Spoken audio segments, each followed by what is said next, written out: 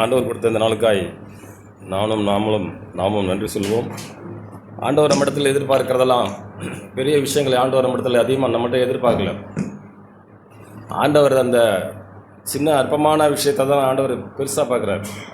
10 குஷ்டரோகிகள் சுகமாக வந்து எஸ் ஐயரே எங்களுக்கு இறங்கும், எங்களை சுகப்படுத்தும் சொல்லி கூப்பிட்றாங்க. ஆண்டவர் அவர் சுகப்படுத்தி அனுப்புகிறார். சுகமான உடனே எல்லாரும் திரும்பி போயிடுறாங்க. ஆனால் 10 பேர் சுகமான அந்த குஷ்டரோகிகளில் ஒருவர் மாத்திரம் திரும்பி வந்து ஆண்டவருக்கு அதிக சத்தத்தோடு ஆண்டவரே உமக்கு நன்றி நன்றி நன்றி என்று சொல்லி சதா அவன் எப்படி அந்த குஷ்டரோகம் நீங்கள் அந்த இருதயத்திலிருந்து அவர் கதறி கூப்பிட்டதை விட அதிகமாய் அவர் கூப்பிட்டுருப்பார். நான் விசுவாசிக்கிறேன். ஆண்டவரே உங்களுக்கு நன்றி, ஆண்டவரே உங்களுடைய இரக்கத்திற்கு நன்றி. குஷ்டரோகியாய் ஊருக்கு புறம்பே கிடந்த என்னை ஆண்டவரே குஷ்டரோகம் நீக்கி என்னை சுகமாக்கினீரே. என்னுடைய வாழ்நாளெல்லாம் நான் உண்மை கனப்பண்ண, உண்மை உயர்த்த, உண்மை துதிக்க ஆண்டவரே எனக்கு உதவி செய்யுன்னு சொல்லி அவர் அதிக சத்தமாய் கூப்பிட்டு நன்றி சொல்ல வந்தார். ஆண்டவர் அவரை பார்த்து கேட்குறாரு, சுகமானவர்கள் 10 பேர் அல்லவா? இந்த ஒரு சமாரி அந்த ஒருவரை தவிர உன்னை தவிர வேறு யாரும் வரவில்லையாங்கிறாரு. அவன் வந்ததை பார்த்து ஆண்டவர் அவனுடைய விசுவாசம், அது அவனுடைய சுகத்தையும் கொடுத்து அவனுக்கு அவனுக்கு விசுவாசத்தையும் கொடுத்து ரட்சிப்பையும் கொடுத்து போய் சுகமாயிரு சொல்லி அவனை ரெட்டிப்பான ஆசீர்வாதத்தினாலே தேவன் ஆசீர்வதிக்கிறார். இப்படி நம்முடைய வாழ்க்கையில் நாம் ஆண்டவரை கனம் பண்ண, ஆண்டவரை துதிக்க, ஆண்டவரை தேட, ஆண்டவரே நான் உம்மாலே தெரிந்து கொள்ளப்பட்ட ஜனம், ஆண்டவரே உங்களாலே தெரிந்து கொள்ளப்பட்ட ஜனம், நான் உங்களுடைய நாமத்திற்கு மெய்மையாக வாழ என்னை நீங்கள் அழைச்சிருக்கீங்க ஆண்டவரே. அந்த வாழ்க்கையை வாழ என்னை இங்கே எனக்கு உதவி செய்கிறீங்க. ஏதோ நான் முயற்சி செய்து நான் செய்து அல்ல, தேவனே நீங்களே என்னுடைய இருதயத்திலே எழுதி என்னை நடக்க செய்கிறீங்க ஆண்டவரே, விசுவாசிக்க செய்கிறீங்க ஆண்டவரே. நான் நடக்க எனக்கு உங்களுடைய ஆவியை தாரும், பரிசுத்த ஆவியினாலே நிரப்பி நான் உங்களுடைய இந்த வாழ்க்கை வாழ எனக்கு அனுக்கிரகம் பண்ணணும்னு சொல்லி நாம் இருதயங்கள் இப்படி திருப்பணம்னா மெய்யாவே நம் இருதயங்களிலே ஆண்டவர் பேசி எழுதுகிற ஆண்டவர். நாம் போன வாரம் கேட்டோம், அவருடைய ரத்தம், அவருடைய வார்த்தை, பரிசுத்த ஆவியானவர், இப்படி ஆண்டவரால் நமக்கு கொடுக்கப்பட்ட அந்த வெகுமதியான ஈவுகளை கொண்டு நான் நம்முடைய வாழ்நாளெல்லாம் அவருக்கு நன்றி சொல்லி, ஆண்டவரே உங்களுடைய ரத்தத்தினாலே நான் பாவங்களரை என்னை கழுவி சுத்திகரித்திருக்கிறீர், அதற்கு நான் என்ன செய்யணும் ஆண்டவர்னு சொல்லி நாம் ஒவ்வொரு நாளும் ஆண்டவரை கனப்படுத்த, ஆண்டவரை மெய்ப்படுத்த நம் இருதயம் அப்படி ஒரு வாஞ்சியாய் நாம் ஆண்டவரை தேடும் பொழுது அந்த ஆண்டவர் தம்முடைய ஆதீனத்திலிருந்து நமக்கு அவருடைய வல்லமை விளங்க செய்வாருங்க. இந்த பூமியில் நாம் எப்படி வாழ வேண்டும், எப்படி நடக்க வேண்டும், நாம் எப்படி அவருடைய நாமத்துக்கு சாட்சிகளாய் நாம் நடக்க ஆண்டவர் நமக்கு சொல்லித் தருவார். காலை தோறும் என்னை எழுப்புகிறார், கற்றுக்கொள்வர்கள் போல கேட்கும்படி என் செவிகளை கவனிக்க செய்கிறான்னு சொல்லி இயேசுநாதர் போனது போல ஒவ்வொரு நாள் நாம் ஆண்டவரை தேடி கற்றுக்கொண்டு ஆண்டவர் வரும்போது நாமும் அவரே போலவே நாம் மாற தேவன் நமக்கு உதவி செய்வார். நாம் வெளிப்படுத்தல் விசேஷம் 1ஆம் அதிகாரத்தில் இப்படி எழுதியிருக்க வார்த்தை, வெளிப்படுத்தல் 1ஆம் அதிகாரம்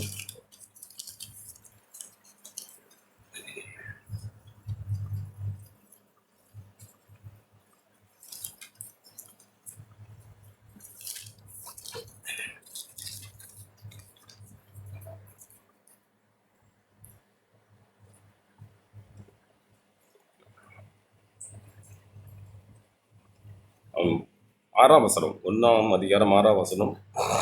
நம்மிடத்தில் அன்பு கூர்ந்து தமது இரத்தத்தினாலே நம்முடைய பாவங்களார நம்மை கழுவி தம்முடைய பிதாவாகிய தேவனுக்கு முன்பாக நம்மை ராஜாக்களும் ஆசாரிகளும் ஆக்கின அவருக்கு மகிமையும் வல்லமையும் என்றென்றைக்கும் உண்டாயிருப்பதாக. நம்மை ஆண்டவர் இந்த பூமியிலே வந்து அவருடைய சுய இரத்தத்தினாலே கழுவி சுத்திகரித்து நம்முடைய பாவங்களை ஆண்டவர் அவருடைய இரத்தத்தினாலே கழுவி சுத்திகரித்திருக்கிறாருங்க. நாம் ஆண்டவருடைய அன்பை விளங்கி கொண்டு ஆண்டவருடைய அந்த பரிசுத்தத்தை நாம் பார்க்க விரும்பினா மெய்யாவே நான் இப்படி ஆண்டவரே நான் உம்முடைய அன்பை அறிந்து கொள்ள வேண்டுமே, உண்மை அறிவது உண்மை அறிகிற அறிவே நித்திய ஜீவன் என்று எழுதியிருக்க ஆண்டவரே, அறிய எனக்கு என்னுடைய இருதயத்தின் மனக்கண்களை திறந்தரலுங்க.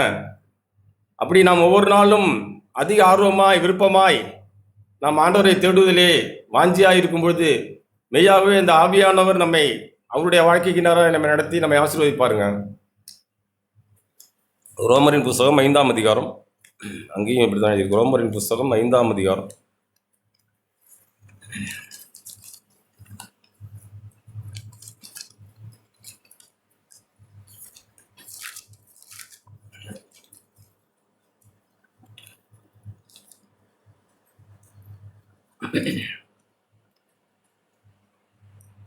5ஆம் அதிகாரம் 1ஆம் வசனம். இப்படி நாம் விசுவாசத்தினாலே நீதிமான்களுக்கு ஆக்கப்பட்டிருக்கபடியினால் நம்முடைய கர்த்தராகிய இயேசு கிறிஸ்து மூலமாக தேவனிடத்தில் சமாதானம் பெற்றிருக்கிறோம்.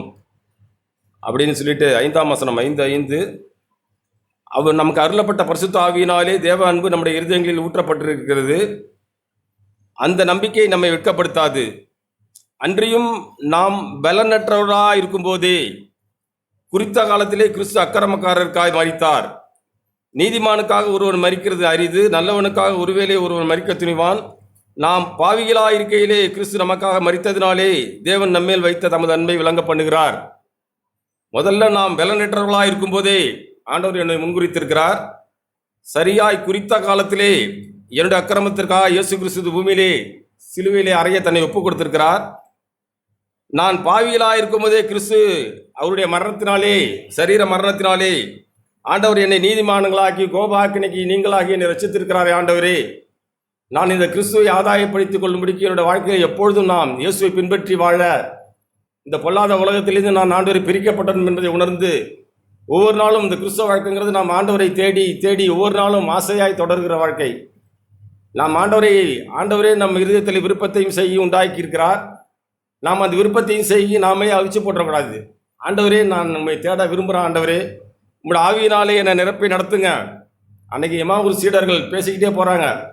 நாங்கள் ஆண்டவராக இயேசுங்கன்னு ஒரு ரட்சகரை நம்பியிருந்தோம். அவரை கொலை செய்து மரத்திலே தூக்கி கொன்னுட்டாங்க, அவரை பூமியிலே புதைச்சிட்டாங்க.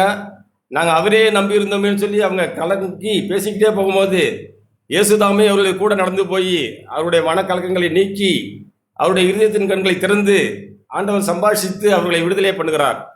இப்படி நம்முடைய வாழ்க்கையில் நாம் இயேசுவின் ரத்தத்தினாலே கழுவப்பட்ட ஜனங்களாய் நம்முடைய வாழ்க்கையை சம்பூர்ணமாய் அவருக்கு ஒப்பு கொடுத்து, ஆண்டவரே, நான் என்னோட வாழ்க்கையை சம்பூர்ணமாய் நான் உங்களுக்கு ஒப்பு கொடுக்குறேன். ஆண்டவரே, என்னை ஆண்டவரே நீங்கள் கழுவி சுத்திகரிங்க. என்னிடத்தில் ஆண்டவரே அன்றாட பலி, ஆண்டவரே உமக்கு நான் என்னை அர்ப்பணித்து கொடுக்குறேன். ஆண்டவரே, அன்றாட பலி என்னை விட்டு நீங்கிடக்கூடாது. ஆண்டவரே, இந்த கடைசி காலங்களிலே நாம் அன்றாடம் செய்ய வேண்டிய பலி ஏதோ காலையில் எழுந்து முழங்கால் படியிட்டு ஜெபம் பண்ணுனா அன்றாட படி இல்லைங்க. ஆண்டவரே, இன்னைக்கு நான் ஒரு தீர்மானமாக என்னுடைய நாவையும் என்னுடைய வாயையும் என்னுடைய கண்களையும் என்னுடைய சொந்த சித்தத்தையும் நான் பலியிடுகிறேன். ஆண்டவரே, அது நேற்று முடிஞ்சிட்டு இன்னைக்கு நான் அதை செய்கிறேன். ஆண்டவரே, நாளைக்கு நான் அதை செய்கிறேன். ஆண்டவரே, ஒவ்வொரு நாளும் நான் அன்றாட பலி செலுத்தி ஆண்டவரே, நான் உங்களுடைய ஆவியினாலே நிரப்பப்பட விரும்புகிறேன். ஆண்டவரே, என்னை நீங்கள் இப்படி நிரப்புங்க, என்னை உங்களுடைய ஆவியினால் நிரப்பி நடத்துங்க. உங்களுடைய ரத்தத்தின் வல்லமை நான் புரிந்து கொள்ள வேண்டுமே. உங்களுடைய ரத்தத்தினாலே என்னுடைய பாவங்களாக என்னை கழுவி என்னை ஆண்டவரே உங்களுடைய ஆதீனத்திற்கு ஏற்றவனாய் மாற்றுகிறீரே. ஆண்டவரே, நான் அப்படி மாற என்னை அர்ப்பணிக்கிறேன், எனக்கு உதவி செய்யுங்க அப்படின்னு சொல்லி சதா நாம் ஆண்டவரை இப்படி தேட விரும்பும்பொழுது அவருடைய ரத்தம் நமக்கு ஏதோ சும்மா நம்ம ரத்தம் சொல்லி நம்மளுடைய ஆண்டவரை ஏமாத்திடக்கூடாதுங்க. அநேகர் ரத்தம் கொடுக்க போவாங்க, போய் வலி இல்லாமல் ஊசி போட்டு ஒரு ஊசியை போட்டு விட்டுட்டு 1/2 லிட்டரு 1 லிட்டரு கூட எத்தனையோ யூனிட் ரத்தத்தை எடுத்துடுறாங்க. அது திரும்ப அவங்க பூஸ்ட் பண்ணி ரத்தம் உற்பத்தி ஆகிடுது. ஆனால் நம்முடைய ஆண்டவர் அப்படி அல்ல. அவருடைய ரத்தத்தை எப்படி சிந்துறாருனா, சிலுவையிலே தன்னுடைய சரீரத்தை பிக்க உப்பு கொடுத்து வாரினாலே அடிப்பட்டு நொறுக்கப்பட்டு ஈட்டினாலே குத்தப்பட்டு, ஆண்டவரே உங்களுடைய ரத்தத்தினாலே என்னை நீங்கள் கழுவி சுத்திகரித்துட்டீங்களா. ஆண்டவரே, அக்கிரமக்காரனாக இருந்த என்னை ஆண்டவரே நீதிமான்களுடைய அந்த லிஸ்ட்டில் என்னை மாற்றிட்டீங்களா. ஆண்டவரே, உங்களுக்கு ஸ்தோத்திரம். ஆண்டவரே, நான் நன்றி சொல்ல வந்திருக்கிறேன். ஆண்டவரே, எனக்கு உதவி செய்யுங்க. என் இருதயங்கள் முச்சமாக திருப்பப்படட்டும். ஆண்டவரே, என்னுடைய இருதயம் சதா பூமிக்குரிய இருதயமாக இருக்க. ஆண்டவரே, பூமியை சிந்திக்குது. என்னை மாற்றி விடுங்கன்னா மெய்யாகவே நம்முடைய ஆண்டவர் நம்மை மாற்றி அவருடைய சாயல் கோப்பாவே நம்மை மாற்ற வல்லமையுள்ள தேவனாக இருக்கிறார். நாம் ஆராதிக்கிற ஆண்டவர் சர்வ வல்லமையுள்ள தேவன். யாத்ராம் புஸ்தகம், அது இது போய் வச்சிங்க, லேவியராம் புஸ்தகம் 148ஆம் பக்கம்.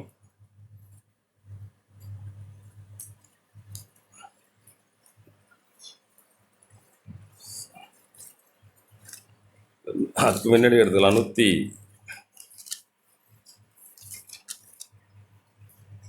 106ஆம் அதிகாரம், லேவியராகம் 6ஆம் அதிகாரம் எடுத்துக்கலாம்.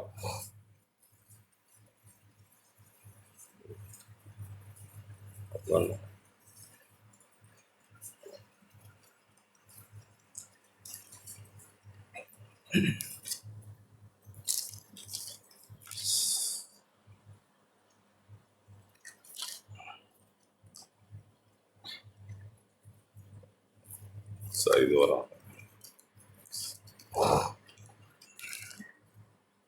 சாரி யாத்திராகம் 6ஆம் அதிகாரம் 75ஆம் பக்கம். யாத்திராகமம் 6ஆம் அதிகாரம். அங்கே இப்படி ஆண்டவரை குறித்து முன்னாடி பழைய ஏற்பாடு காலத்தில் ஆண்டவர் ஜனங்கள் அறியலை அப்படின்னு எழுதியிருக்காங்க. 6ஆம் அதிகாரம், யாத்திராகம புத்தகம் 6ஆம் அதிகாரம் 2ஆம் வசனம். மேலும் தேவன் மோசேயை நோக்கி, நான் யெகோவா, ஒன்றுலேருந்தே படிக்கிறேன், சரி, ஒரு யெகோவா சர்வ வல்லமையுள்ள தேவன் என்னும் நாமத்தினாலே நான் ஆபிரகாமுக்கும் ஈசாக்குக்கும் யாக்கோபுக்கும் தரிசனமானேன். என் நாமத்தினாலே நான் அவர்களுக்கு அறியப்படவில்லை. ஆண்டவரை பழைய ஏற்பாடு ஜனங்கள் ஆண்டவரை அறியல. அவர் அநேக அற்புதங்கள் செய்து அடையாளங்கள் செய்து இவங்கெல்லாம் அறிஞ்சாங்க. யாக்கோபு, ஈசாக்கு, ஆபிரகாம் இவங்கெல்லாம் விசுவாசித்து ஆண்டவரை கண்டு கொண்டாங்க. ஆனால் இஸ்ரவேல் ஜனங்கள் ஆண்டவரை அறியல.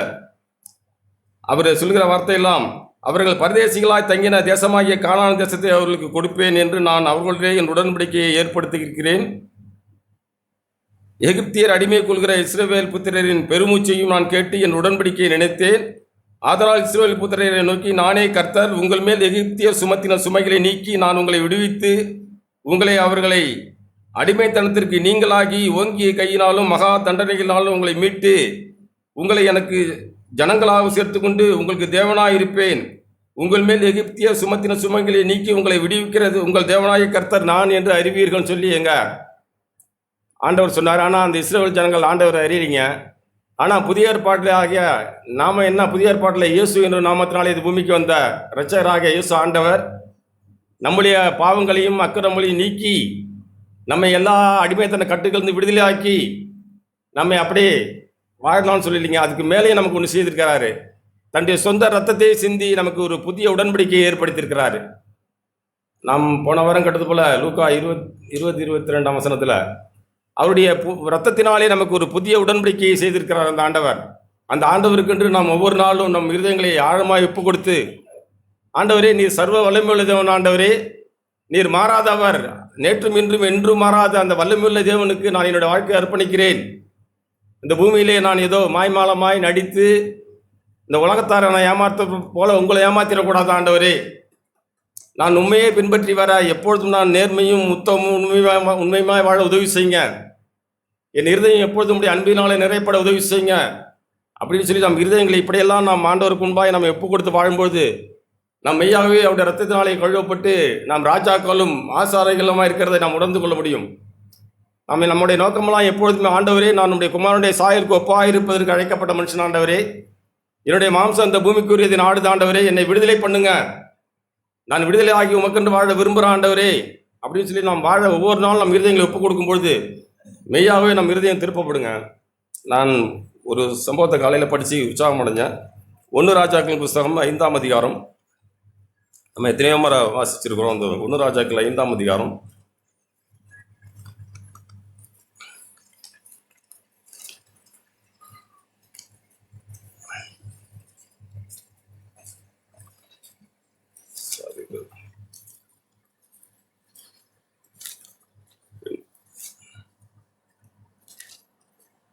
ரெண்டு ராஜாக்கள் 5ஆம் அதிகாரம். அந்த படைத்தலைவர் நாகமான் சம்பவம் 2 ராஜாக்கள் புத்தகம் 5ஆம் அதிகாரம். அந்த சம்பவத்தை நாம் எத்தனையோ முறை படிச்சிருக்கோம். நான் இன்னைக்கு காலையில் படித்து இப்படி உணர்வடைஞ்சேன். அங்கே தேவ மனுஷனாகிய எலிசா கூடயே இருக்கிறார் நாகமான். இது கேயாசி. நாகமான் குஷ்டரோகத்தை நீக்க வருகிறார். வந்தவுடனே எலிசா நீ போய் இப்படி காரியங்களை செய்யணுன்னே நாகமானுடைய குஷ்டரோகம் நீங்கி போயிடுது. நீங்கி போனோடனே அவர் எலிசாவுக்கு காணிக்கையை கொடுக்க வருகிறாரு. ஆனால் எலிசா எல்லாத்தையும் வேண்டாங்கிறாரு. 16ஆம் வசனம் 5:16. நான் வாங்குகிறது என்று கர்த்தருக்கு முன்பாக அவருடைய ஜீவனை கொண்டு சொல்கிறேன் என்றான். வாங்க வேண்டும் என்று அவனை வருந்தினாலும் தட்டுதல் பண்ணி விட்டான். எலிசா வேண்டாம், நீ போப்பான்ட்டாரு. நாகமான் போறாரு. ஆனால் நாகமான் போகும்பொழுது பின்னாடியே போற அந்த கேயாசி எப்படி சொல்றாரு அங்க போய்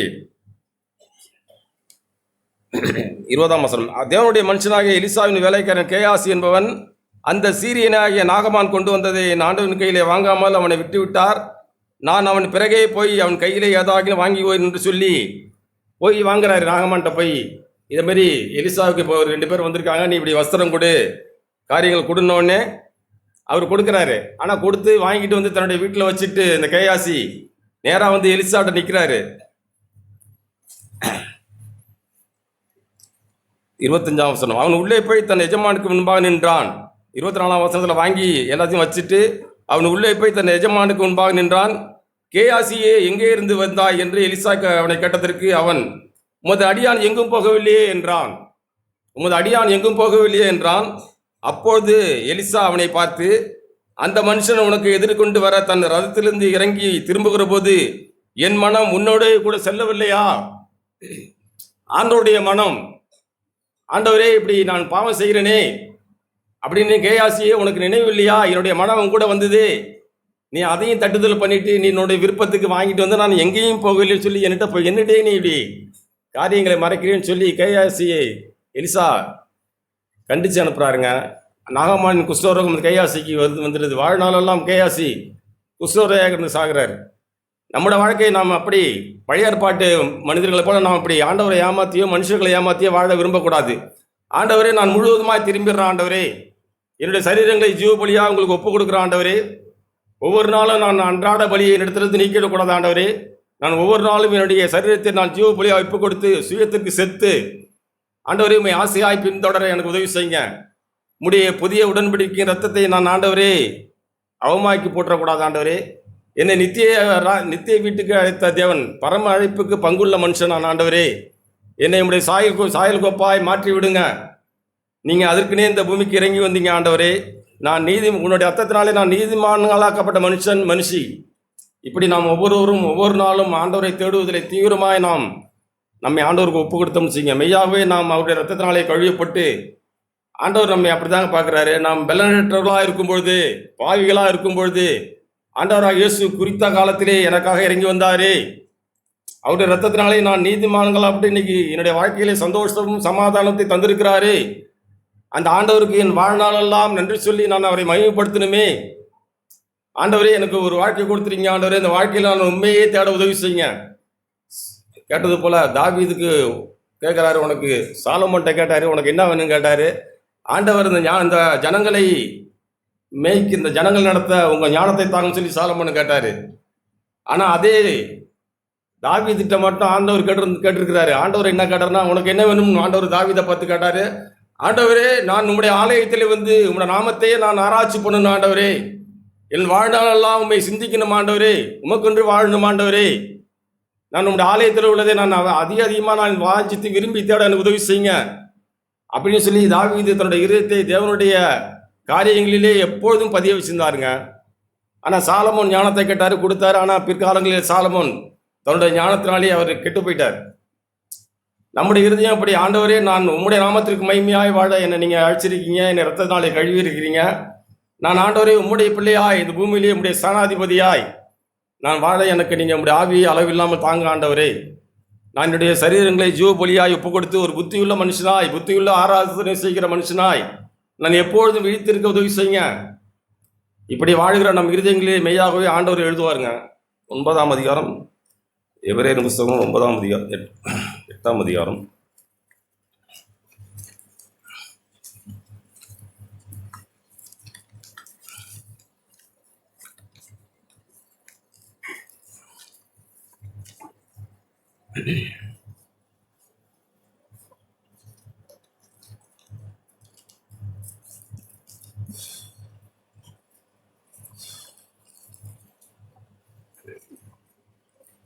எட்டாம் அதிகாரம் நம்ம கடந்த நாள் கேட்ட வசனங்கள் தான்.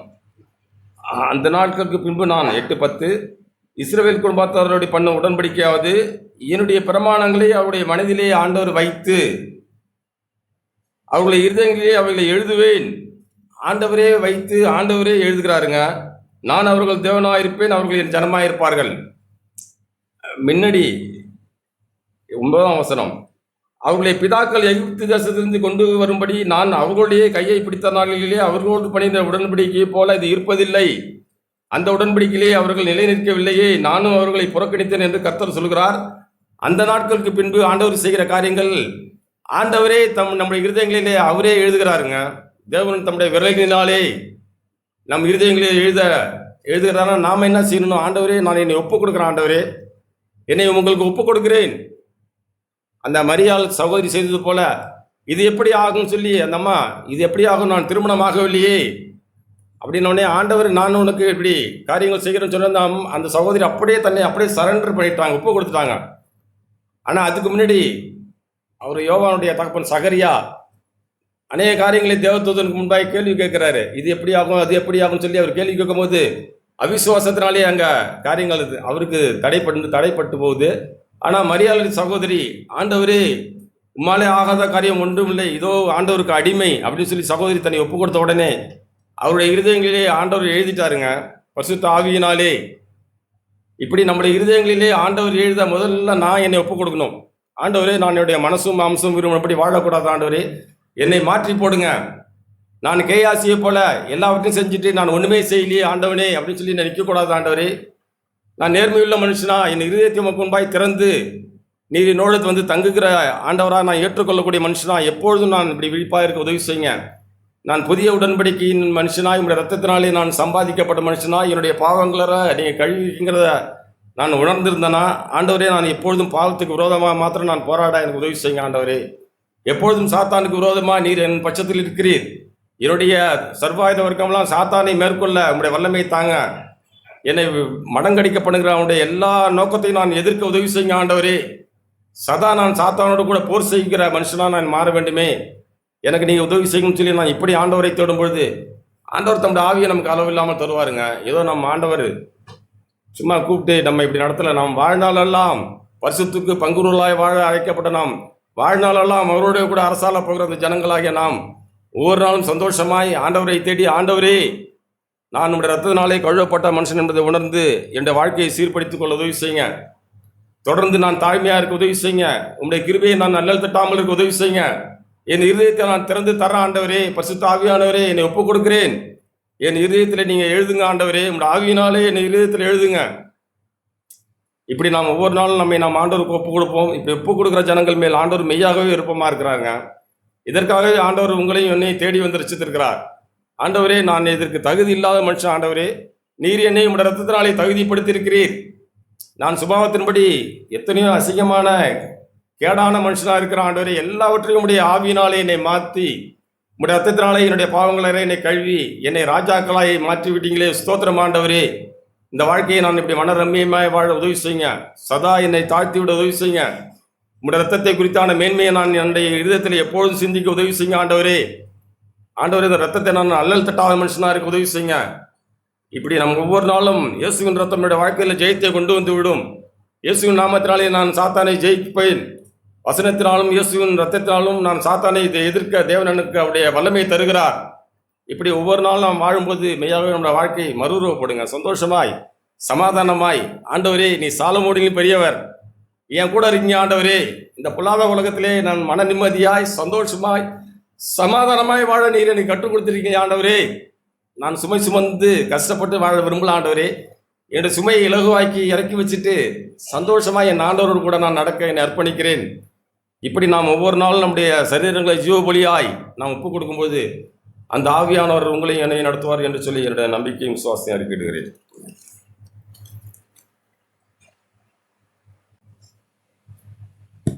கர்த்தருக்கு ஸ்தோத்திரம். நாம்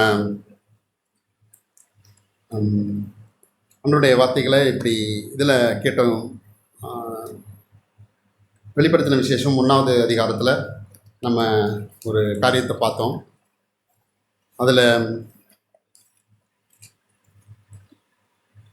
6வது வசனம், நம்மிடத்தில் அன்பு கூர்ந்து தமது இரத்தத்தினாலே நம்முடைய பாவங்களை நம்மை கழுவி நம்முடைய பிதாவாகிய தேவனுக்கு முன்பாக நம்மை ராஜாக்களும் ஆசாரியர்களும் ஆக்கின அவருக்கு மகிமையும் வல்லமையும் என்றென்றைக்கும் உண்டாயிருப்பதாக.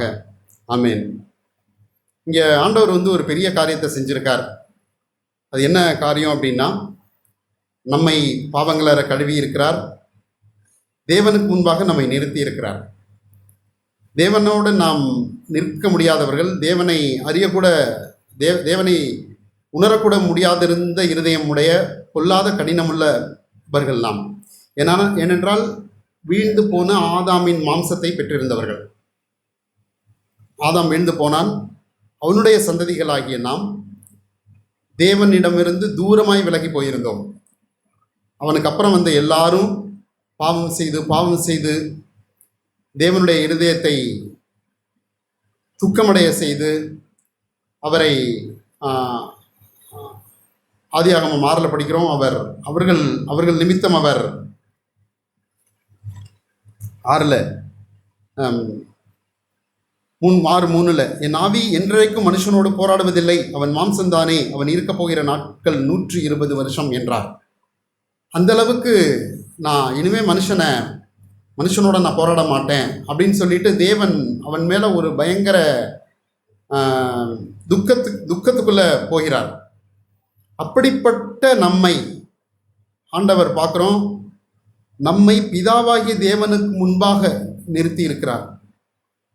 இது சாதாரண ஒரு விஷயம் இல்லை. எப்படி நம்மை நிறுத்தி இருக்கிறார்? நம்முடைய பாவங்களார கழுவி, நம்முடைய பாவங்களார கழுவி. அது சாத்தியமா அப்படின்னா சாத்தியம். பிதா நம்மை பார்க்க விரும்பவில்லை, ஆனால் அவர் நம்மை பொறுப்பெடுத்து கொண்டு அவர் நம்மில் அன்பு கூர்ந்து, பிதா நம்மில் அன்பாக இருக்கிறார், அது உண்மை. பிதாவின் அன்பினால தான் குமாரன் இங்கு வந்தார். அவர் நம்மேல் வைத்த அன்பினால தான் குமாரன் நமக்கு கொடுக்கப்பட்டார். ஆனால் அவருடைய நீதி, தேவனுடைய நீதி என்பது நம்மளுடைய பாவம் இருக்கும்போது நம்மை பார்க்க முடியாது, நம்மோடு இடைபட முடியாது. நாம் அவருக்கு தூரமானவர்கள். நம்மையும் தேவனையும் இணைப்பதற்கு அவரே இந்த உலகத்தில் வருகிறார், தன்னுடைய குமாரனை அனுப்புகிறார். அவர் அந்த கிரியை செய்கிறார். நம்மிடத்தில் அன்பு கூர்ந்ததினாலே தேவன் இதை செய்கிறார். தேவனுக்கு முன்பாக நிறுத்தி இருக்கிறார். எப்படி நிறுத்தி இருக்கிறார் அப்படின்னா, ராஜாக்களும் ஆசாரியர்களும் ஆக்கி இருக்கிறார். ராஜாக்களும் ஆசாரியர்களுமாய் நம்மை மாற்றி அவருக்கு முன்பாக நிறுத்தி இருக்கிறார். இதை செய்தது தேவனுடைய அன்பு. அதே மாதிரி ரோமரில் நம்ம பார்த்தோம், ரோமர் 6 அங்கேயும் தேவனுடைய அன்பு எப்படி வெளிப்படுத்தப்பட்டிருக்கிறது அப்படின்னு நம்ம பார்த்தோம்.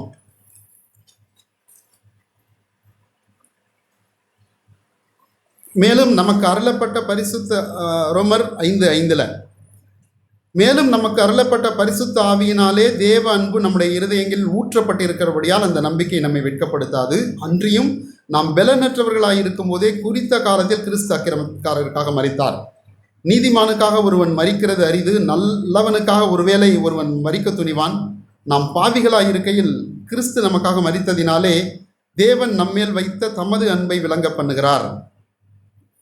இப்போ இங்கே யாருடைய அன்பு விளங்கி இருக்கிறது? தேவனுடைய அன்பு. யார் மேல் வைத்த அன்பு? நம்மேல் வைத்த அன்பு. யார் தேவனை ஏற்றுக்கொண்டிருக்கிறார்களோ அவர்களுக்கு அந்த அன்பு சாத்தியமானது, அது நமக்கு சாத்தியமானது.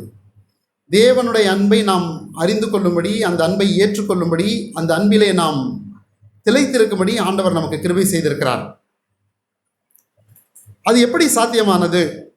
தேவன் நம்மேல் வைத்த தமது அன்பை விளங்க பண்ணி இருக்கிறார். எப்படி விளங்க பண்ணி இருக்கிறார்னா, கிறிஸ்து நமக்காக மரித்ததினாலே, நாம் பாவிகளாக இருக்கையில் நமக்காக மரித்ததினாலே. அப்போ அடிப்படையில் நமக்கு தேவன் தேவை, நம் பாவிகள். தேவன் நம் மேலே அன்பு கூர்ந்ததினால நம்மை அவருடைய பிள்ளைகளாய் மாற்றி இருக்கிறார். இப்போ இது எப்படி நமக்கு சாத்தியமானது அப்படின்னா, அதுவும் தேவனாலேயே. 5வது வசனத்தில் பார்க்குறோம், நமக்கு அருளப்பட்ட பரிசுத்த ஆவியினாலே தேவ அன்பு நம்முடைய இருதயங்களில் ஊற்றப்பட்டிருக்கிறது. நம்முடைய இருதயங்களில் தேவ அன்பு ஊற்றப்பட்டிருக்கிறதுனால தான் நாம் அவரை அறிந்து கொள்ள முடியுது, அவருடைய அன்பை அறிந்து கொள்ள முடியுது. இப்போ அவருடைய அன்பினால் நாம் கட்டப்படுகிற ஒரு வாழ்க்கையில் தான் நாம் கிறிஸ்துவை அறிய முடியும், தேவனை அறிய முடியும். வேற வழியே நமக்கு இல்லை. தேவன் அதே எபேசியர் 5 நம்ம எபேசியர் 2 நம்ம பார்க்குறோம். தேவனுடைய அன்பு நமக்கு என்ன செய்திருக்கிறது அப்படின்னு. எபேசியர் 2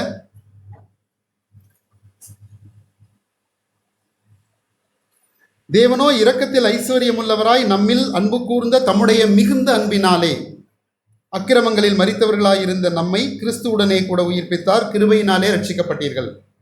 கிறிஸ்து இயேசுவுக்குள் அவர் நம்மிடத்தில் வைத்த தயவினாலே தம்முடைய கிருபையின் மகா மேன்மையான ஐஸ்வர்யத்தை வருங்காலங்களில் விளங்க செய்வதற்காக கிறிஸ்து இயேசுவுக்குள் நம்மை அவரோட கூட எழுப்பி உன்னதங்களிலே அவரோடு கூட உட்காரவும் செய்தார். இப்போ அங்கே தேவனுடைய இதுக்கும் அடிப்படையான ஒரு காரியம் என்ன பார்த்தோம்னா, தேவனோ இரக்கத்தில் ஐஸ்வர்யமுள்ளவராய் நம்முடைய நம்மில் அன்பு கூர்ந்த தம்முடைய மிகுந்த அன்பினாலே. போன வாரம் நான் கேட்டோம், ஒரு இரக்கத்துக்கும் கிருபைக்கும் என்ன வித்தியாசம் அப்படின்னா, இரக்கம் அப்படிங்கிறது நாம் செய்த பாவங்களுக்கு நமக்கு கிடைக்கிற மன்னிப்பு.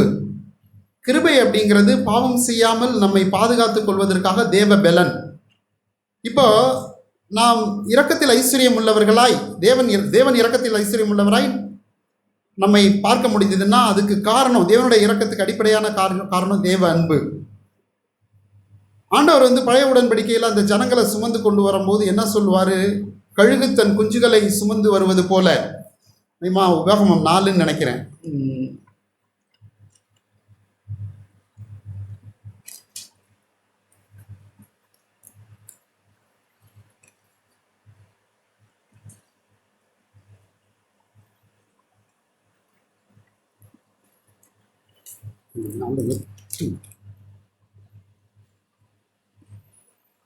நான் 8வது அதிகாரம்.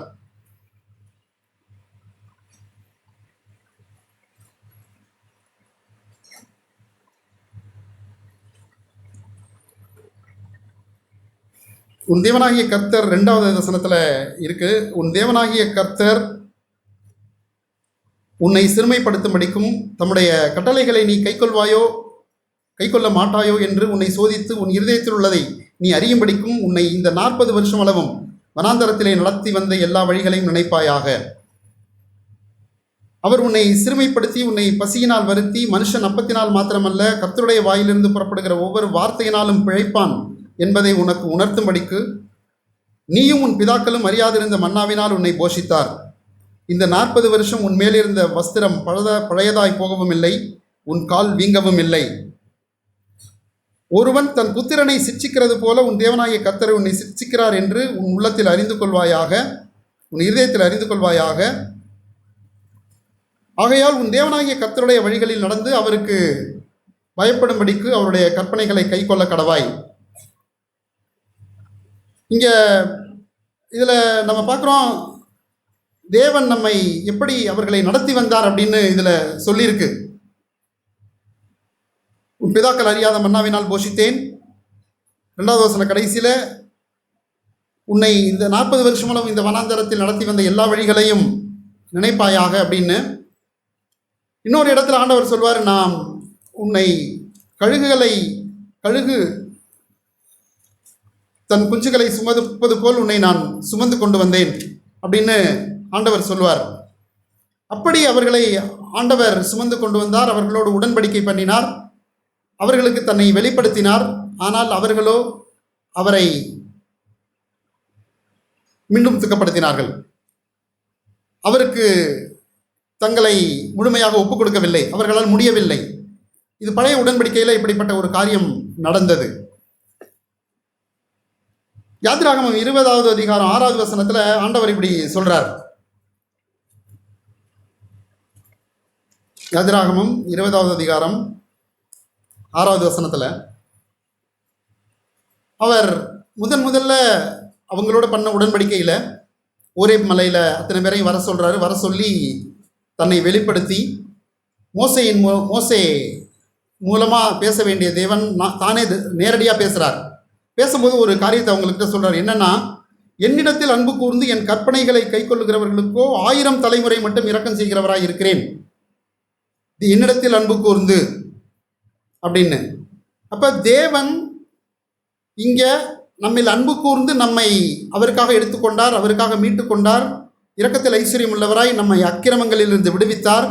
பாவங்களிலும் அக்கிரமங்களிலும் மரித்தவர்களாய் இருந்த நம்மை அவரோட கூட உயிர்ப்பித்தார், உன்னதங்களிலே உட்கார செய்தார். இது தேவன் செய்த ஒரு செயல். அதுக்கு முன்பே தேவன் பழைய உடன்படிக்கையில் எதிர்பார்த்த ஒரு எதிர்பார்ப்பு என்ன அப்படின்னா, அடிப்படையில் என்னிடத்தில் அன்பு கூர்ந்து என் கற்பனைகளை கைக்கொள் அப்படின்னு ஆண்டவர் எதிர்பார்த்தார். ஆனால் அவங்களால அது முடியலை. ஏன் அப்படின்னா, தேவனுடைய அன்பு அவர்களிடத்தில் இல்லை. மாறா என்ன நடந்தது? தேவனிடம் பயம் இருந்தது. இந்த அதிகாரத்தை கடைசியில் பார்க்குறோம் நாம் என்ன நடக்குது அப்படின்னா, இந்த அதிகாரம் யாத்திராகமத்தில் இதுக்கு முன்னாடி பார்க்குறோம். அந்த சத்தம் அவங்களுக்கு பயங்கரமாக இருக்குது. தேவனை எதிர்கொள்ள முடியல, தேவனுடைய மகிமையை காண முடியலை, தாங்க முடியலை. ஆனால் அதனால் என்ன பண்ணுறாங்க, ஆண்டவரே நீங்கள் பேச வேண்டாம், மோசே பேச வேண்டாம். அந்த தலைவர்கள், அந்த ஜனங்களோட தலைவர்கள்லாம், மூப்பர்கள் எல்லாம் மோசைக்கிட்ட அனுப்பிச்சு, ஆண்டவர் பேச வேணாம், எங்களால் தாங்க முடியல, மோசே பேசட்டும், மோசே நீங்கள் கேட்டு எங்கள்கிட்ட சொல்லுங்க அப்படின்னு அவங்க இருந்தாங்க. அந்த அளவுக்கு தேவனை அவர்கள் எதிர்கொள்ள முடியாத அளவுக்கு தேவனுடைய பராக்கிரமம், வல்லமை பயங்கரமாக இருந்தது. அப்படிப்பட்ட ஜனங்கள்கிட்ட தான் ஆண்டவர் சொல்கிறார், என்னில் அன்பு கூர்ந்து இதை செய்யுங்க, என்னில் அன்பு கூர்ந்து என் கற்பனைகளை கை கொள்ளுங்கள் அப்படின்னு. ஆனால் அவங்களால அது முடியவே இல்லை. சாத்தியப்படாத ஒரு விஷயம் அவங்களுக்கு. அப்போ அவங்கள்ட்ட இருந்தது என்னென்னா பயம். அந்த பயத்தின் அடிப்படையில் அவங்க இருந்ததுனால தான் ஒவ்வொரு தடவையும் தேவன் அவர்களுக்கு அநேக நன்மைகளை செய்த போது, அவர்கள் ஒரு பிரச்சனைன்னு ஆண்டவர் கூப்பிடும் போது, தண்ணீர் இல்லை, எனக்கு சாப்பிட மாம்சம் இல்லை, சாப்பிட சாப்பாடு இல்லை அப்படின்னு சொல்லிட்டு ஒவ்வொரு தடவையும் முறுமுறுக்கும் போது, மோசைக்கு ஆரோக்கும் விரோதமாய் அவர்கள் எழும்பும்போது, தேவனுக்கு விரோதமாய் எழும்பும்போது எல்லாம் என்ன நடக்குதுன்னா, தாங்கள் தேவனிடத்தில் அன்பு செலுத்த அவர்களால் முடியவில்லை. அதனால தான் அவர்கள் ஒவ்வொரு தடவையும் கிட்டத்தட்ட 10 முறை என்னை சோதித்தார்கள் அப்படின்னு நம்ம பார்க்குறோம். இப்படி அவர்கள் இருந்த அந்த இருப்பு கடைசி வரைக்கும் எத்தனையோ வருஷங்களுக்கு போனது. தேவனிடத்தில் அன்பு செலுத்தாமல் தேவனுடைய கட்டளைகளை கைக்கொள்வது என்பது சாத்தியமில்லாத ஒரு விஷயம். தேவனை அறிந்து கொள்வதற்கே நம்ம ரோமர் 6 பார்த்தபடி, ரோமர் 6 என்ன சொல்றாரு, தேவனுடைய அன்பு நம்முடைய இருதயங்களில் ஊற்றப்பட்டிருக்கிறதினாலே அந்த நம்பிக்கை. இந்த ரோமர் 6 நம்ம படித்தது 5 கொஞ்ச நேரத்துக்கு முன்னாடி படித்தது தான். தேவனுடைய நமக்கு அருளப்பட்ட பரிசுத்த ஆவியினாலே தேவ அன்பு நம்முடைய இருதயங்களில் ஊற்றப்பட்டிருக்கிறபடியால், இப்போ தேவனுடைய அன்பு நம்ம இருதயத்தில் ஊற்றப்பட்டிருக்கிறதுனால நமக்கு இது சாத்தியமாகும். எது? தேவனுடைய கற்பனைகளை கைக்கொள்வது. நாம் தேவனை நேசிப்பதை எப்படித்தான் ஆண்டவருடைய சித்தம் அதுதான். யாதிராகமம் 6:26 இதுதான் சொல்கிறார், என்னில் அன்பு கூர்ந்து என் கற்பனைகளை கைக்கொள்ளுகிறவர்கள். அதை தான் யோவான் சொல்கிறாரு. யோவான் சொல்கிறாரு 15வது அதிகாரம்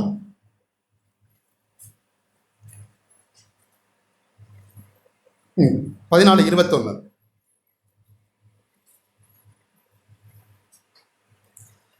என் கற்பனைகளை பெற்றுக்கொண்டு அவைகளை கைக்கொள்ளுகிறவனே என்னிடத்தில் அன்பாயிருக்கிறான், என்னிடத்தில் அன்பாயிருக்கிறவன் என் பிதாவுக்கும் இருப்பான், நானும் அவனில் அன்பாயிருந்து அவனுக்கு என்னை வெளிப்படுத்துவேன். இப்போ தேவனுடைய அன்பு நம்முடைய இருதயங்களில் ஊற்றப்பட்டிருக்கிறது அப்படின்னா அதோட ப்ரூஃப், அதோட நிரூபணம் என்னன்னா, நாம் தேவனுடைய கற்பனைகளை கை கொள்ளும்படிக்கு நாம் வழி நடத்தப்படுகிறோம். தேவனுடைய கற்பனைகள் நமக்கு பாரமானது அல்ல. தேவனை நேசிக்கணும். தேவனை நேசிக்கிறதுங்கிறது நம்மளால் இயலாத ஒரு காரியம். ஏன்னா தேவனை அறிந்து கொள்ளவே முடியாது. ஆனால் தேவனை நேசிப்பது அப்படிங்கிறது நம்மளால் கூட முடியாத காரியம். அதற்கு நமக்கு தேவை பரிசுத்த ஆவியானவர். இங்கே யோவான் 15, 16, 14, 15, 13, 14, 15, 16 எல்லாத்துலேயும் திரும்ப திரும்ப ஒரு வார்த்தையை ஆண்டவர் சொல்கிறார்.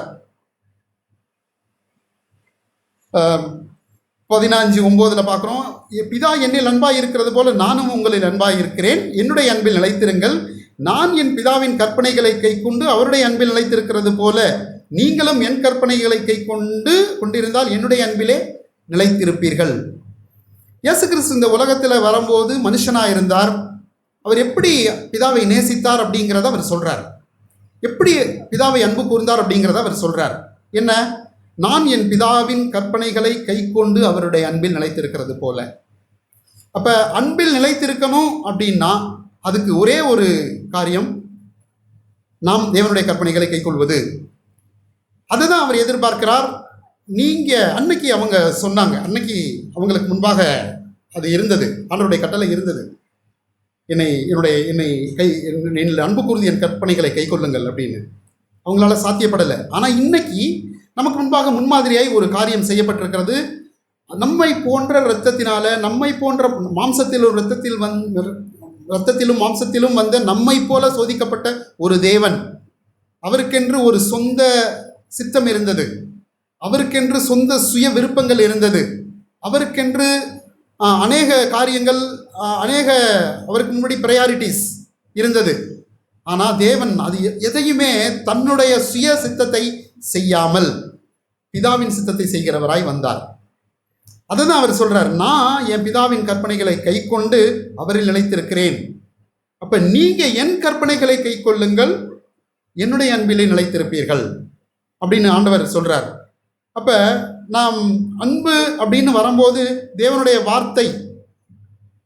வார்த்தைக்கு விரோதமாய், தேவனுடைய வார்த்தைக்கு புறம்பாய் ஒரு காரியத்தை நாம் யோசிக்கவே முடியாது. தேவனுடைய வார்த்தையை நாம் கை கொள்ள விரும்புவது தான் தேவனுடைய அன்பில் நிலைத்திருக்க விரும்புவது. யோவான் 5 நம்ம பார்க்குறோம்.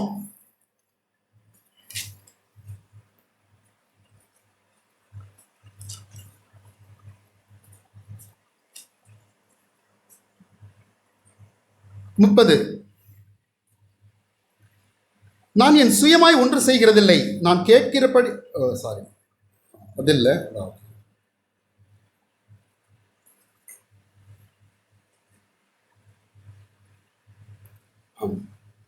19 படிக்கிறேன். அப்பொழுது இயேசு அவர்களை நோக்கி, மெய்யாகவே மெய்யாகவே நான் உங்களுக்கு சொல்லுகிறேன், பிதாவானவர் செய்ய குமாரன் காண்கிறது இதுவோ அதையே என்று வேறொன்றையும் தாமாக செய்ய மாட்டார். அவர் எவைகளை செய்கிறாரோ அவைகளை குமாரனும் அப்படியே செய்கிறார். இப்போ தேவன் இயேசு கிறிஸ்துவுக்குன்னு அநேக காரியங்கள், தனிப்பட்ட வெறுப்புகள் இருந்திருக்கலாம் இந்த பூமியில. ஏன்னா அவர் நம்மை போல உள்ள பாவ மாம்சத்தின் சாயலாய் வந்தார். ஆனால் அவரில் பாவம் ஒன்றும் செய்ய முடியவில்லை, பாவ சுபாவம் அவரில் இல்லை.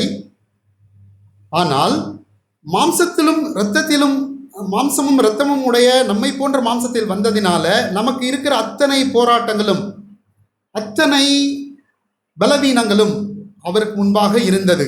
ஆனால் எல்லாவற்றையும் தேவன் மேற்கொண்டார். எப்படி அது சாத்தியமானது அப்படின்னா, இப்படித்தான் 20வது வசனத்தில், பிதாவானவர் குமாரனிடத்தில் அன்பாயிருந்து தாம் செய்கிறவைகளை எல்லாம் அவருக்கு காண்பிக்கிறார். நீங்கள் ஆச்சரியப்படத்தக்கதாக இவைகளை பார்க்கிலும் பெரிதான கிரியைகளையும் அவருக்கு காண்பிப்பார். இது எப்படி சாத்தியமானது? இயேசு கிறிஸ்துவுக்கு தன்னை பிதாவானவர் வெளிப்படுத்தினது எப்படி சாத்தியமானதுன்னா இப்படித்தான். பிதாவானவர் செய்ய குமாரன் காண்கிறது எதுவோ அதையே அன்றி வேறொன்றையும் தாமாய் செய்ய மாட்டார். இப்போ நமக்குள்ள ஒரு விருப்பம் வேணும். என்ன அப்படின்னா, ஆண்டவரே நான் என்ன செய்யணும்னு நீங்க நினைக்கிறீங்க அப்படிங்கிறத செய்யும்படிக்கு என்னை உண்மை போல பழக்குங்க ஆண்டவரே. நம்முடைய வாழ்க்கையை நம் தேவனுக்கிட்ட கொடுக்கும்போது, அப்படி ஒரு விருப்பம் நமக்குள்ள உண்டாகும்போது, அப்படிப்பட்ட ஒரு பாரம் நமக்குள்ள வரும்போது அது சாத்தியம். அது நமக்கு நம்முடைய மாம்சத்தில் இருந்தது வருமானா வராது. அதுக்கு தேவனுடைய ஆவியானவர் என்று வேற வழியே இல்லை. அதுதான் நம்ம புதிய உடன்படிக்கையில் பார்க்கிறோம். புதிய உடன்படிக்கையில் அதை தான் செய்தார் தேவன். அதை இயேசு கிறிஸ்து அதை துவக்கி வைத்தார். பிதாக்கிட்டே இருந்து கேட்டு, அவரையே பார்த்து, அவருடைய அன்பில் நிலைத்திருந்து, அவருடைய கற்பனைகளை கை கொண்டு அவருக்கு முன்பாக நீதியுள்ளவராய் வாழ பிரயாசப்பட்டார். மனுஷங்களை பற்றி அவருக்கு கவலையே இல்லை. அநேகர் அவரை 1000 சொன்னாங்க, அவரை தூஷித்தார்கள், அவரை என்ன சொல்கிறது, ரொம்ப பயங்கரமாக அவரை இழிவுபடுத்தினார்கள். ஆனால் ஒருபோதும் தனக்கு பர்சனலாக வந்த எந்த ஒரு விஷயத்தின் மூலமாக தேவன் ஒடிந்து போகவே இல்லை. அவர் அவ்வளோ ஒரு மெச்சூர்டா ஆண்ட பிதா இயேசு கிறிஸ்து இருந்தார். அவரை தனிப்பட்ட விதத்தில் தாக்கின போது அதன் நிமித்தமாய் அவர் ஒருபோதும் சோர்ந்து போகவில்லை. ஒருபோதும் ஜனங்களை அதை வைத்து பார்க்கவில்லை. நீங்கள் என்ன வேணாலும் சொல்லிட்டு போங்க, நீங்கள் என்ன வேணாலும் சொல்லுங்க, ஆனால் பரிசுத்த ஆவியானவரை எதுவும் சொல்லாதீங்க. அவர் மூலமாக தான் உங்களுக்கு அந்த என்னை மத்தேயு 28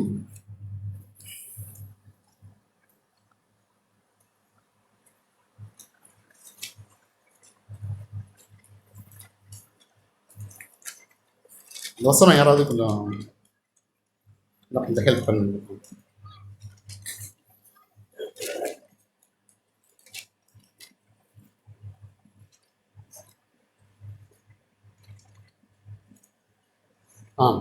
மத்தேயு 12:31. அதனால் நான் உங்களுக்கு சொல்லுகிறேன், எந்த பாவமும் தூஷணமும் மனுஷனுக்கு மன்னிக்கப்படும், ஆவியானவருக்கு விரோதமான தூஷணமோ மனுஷருக்கு மன்னிக்கப்படுவதில்லை. எவனாகிலும் மனுஷனுக்குமாரனுக்கு விரோதமான வார்த்தை சொன்னால் அது அவனுக்கு மன்னிக்கப்படும். எவனாகிலும் பரிசுத்த ஆவிக்கு விரோதமாய் பேசினால் அது இம்மையிலும் மறுமையிலும் அவனுக்கு மன்னிக்கப்படுவதில்லை. நம்ம கேட்டோம், புதிய உடன்படிக்கையில் தேவனுடைய வார்த்தைகளை நாம் கைக்கொள்வதற்கு அடிப்படையான ஒரு விஷயம் நம்ம கேட்டோம். எபிரேயர் 10:16 இந்த விஷயம்தான். 10:16 நம்ம பார்த்தோம். 8வது அதிகாரத்தில் பார்த்தோம், அந்த நாட்களுக்கு பின்பு நான் அவர்களோடு பண்ணும் உடன்படிக்கையாவது, நான் என்னுடைய பிரமாணங்களை அவர்களுடைய இருதயங்களில் வைத்து அவைகளை அவர்களுடைய மனதில் எழுதுவேன். அது எப்படி சாத்தியம் எழுத முடியும் அப்படின்னா, பரிசுத்த ஆவியானவர் மூலமாக தான். நாம் என்னதான் எந்த வகையில் நாம் வேதத்தை படித்து நாம் தேர்ந்தவங்களாக இருந்தாலும், நாம் அநேக வசனங்களை மனப்பாடம் பண்ணி நாம் பிள்ளைகளுக்கு சொல்லி கொடுத்திருந்தாலும், பரிசுத்த ஆவியானவரின் மூலமாய் நடத்தப்படும் போது தான் அது நமக்கு பிரயோஜனம். ஏனென்றால் பரிசுத்த ஆவியானவர் தான் தன்னுடைய உடன்படிக்கையில், தேவனோடு உள்ள உடன்படிக்கையில் நம்மை சரியாக நடத்தக்கூடியவர். அது நமக்கு சாத்தியமானது. அவங்களுக்கு அது சாத்தியமாக இல்லாமல் இருந்திருக்கலாம் பழைய உடன்படிக்கையில், ஆனால் அது நமக்கு சாத்தியமானது. அதில் தான் யோவான் 1 யோவான் 2வது அதிகாரத்தில் நம்ம பார்க்குறோம், பரிசுத்த ஆவியானவர் நமக்கு என்ன செய்திருக்கிறார் அப்படின்னு. பரிசுத்த ஆவியானவர் நமக்கு என்ன செய்வார் அப்படின்னு 1 யோவான் 3:27 நீங்கள் அவராலே பெற்ற அபிஷேகம் உங்களில் நிலைத்திருக்கிறது, ஒருவரும் உங்களுக்கு போதிக்க வேண்டுவதில்லை. அந்த அபிஷேகம் சகலத்தையும் குறித்து உங்களுக்கு போதிக்கிறது, அது சத்தியமாயிருக்கிறது, பொய்யல்ல, அது உங்களுக்கு போதித்தபடியே அவரில் நிலைத்திருப்பீர்களாக. இப்போ இயேசுவானவர் எப்படி பிதாவுக்கு முன்பாக தன்னை கற்பனைகள், தன்னுடைய பிதாவின் கற்பனைகளில் நிலைத்திருந்து கை கொண்டு அவரை நிலைத்திருக்க முடிஞ்சது அப்படின்னா, பரிசுத்த ஆவியானவருடைய உதவியால் தான் அது சாத்தியமானது.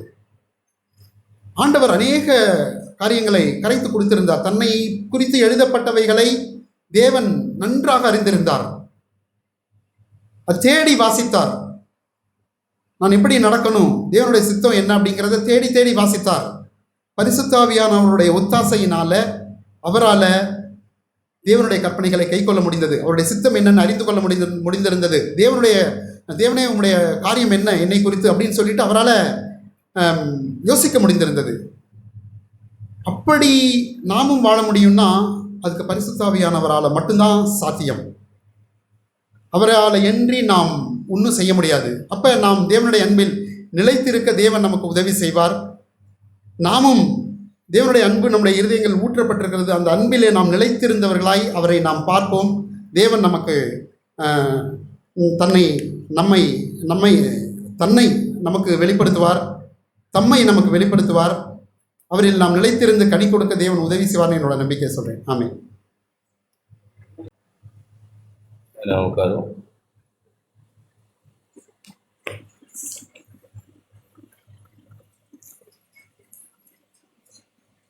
வெளிப்படுத்தின விசேஷ புஸ்தகம் 1ஆம் அதிகாரம்.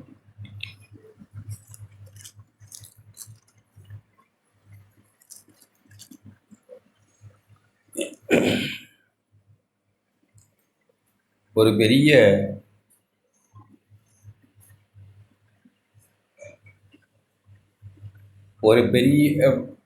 பெரும் காரியத்தை தேவன் ஆக்கி இருக்கிறார். அது எப்படி நம்மை மாற்றி இருக்கிறார் அப்படின்னு இருக்கலாம். நம்மை நடுப்பகுதியில் வாசிக்கிறேன்.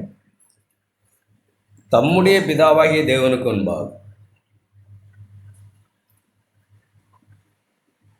கிறிஸ்துவானவர் சொல்லுகிற வார்த்தை, தம்முடைய பிதாவாகிய தேவனுக்கு முன்பாக நம்மை ராஜாக்களும் ஆசாரியர்களும் ஆக்கின அவருக்கு மகிமையும் வல்லமையும் வெள்ளந்தைக்கு உண்டாயிருப்பார். நம்ம எல்லாருடைய அழைப்பும் அதுதான், நம்ம விசுவாசிக்கிறது. அடிப்படையில் ஒரு காரியத்தை, நம்முடைய பாவங்கள் அற நம்மை கழுவி. எத்தனை பேர் அப்படி நம்ம விசுவாசிக்கிறோம்? பாவங்களற நான் கழுவப்பட்டவன் அப்படின்னு. அப்படித்தானே வேதம் சொல்லுது. பாவங்களற முழுசுமாய் என்னை கழுவி என்னை பரிசுத்தமாக்கி என்னை ராஜாக்களும் ஆசாரியர்களும் ஆக்கினவருக்கு அப்படி ஆக்கியிருக்கிறார். என் பாவங்களற. எத்தனை பேர் அப்படிப்பட்ட ஒரு நிச்சயமாக என் பாவங்கள் முழுசும் என் ஆண்டவர் சிலுவையில் மன்னித்து விட்டார். பாவங்களற அவருடைய இரத்தம் சகல பாவங்களை நீக்கி என்னை சுத்திகரித்து விட்டது. எனக்கு ஆக்கினை தீர்ப்பில்லை, நான் அவருடைய பிள்ளை. என்னை இப்போ அவர் ஆக்கியிருக்கிற விதம் பாவத்தின் மேல் ஒரு அதிகாரம் செலுத்துகிறவனாய், ஆளுகிறவனாய். ராஜானா என்ன? ஒன்றை ரூலர், ஆளுகிறவன். என்னை என் அன்பு கூர்ந்து என் பாவங்களற என்னை கழுவி அவருடைய பிள்ளையாக்கி என்னை பாவங்கள் மேல் ஜெயங்கொள்ளுகிறவனாய், பாவங்கள் மேல் ஆளுகை செய்கிறவனாய்,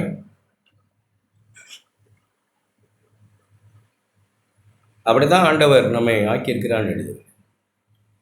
நம்ம ஆதியாகமம் புத்தகத்தில் நாம் வாசிக்கிறோம், நீ அவைகளை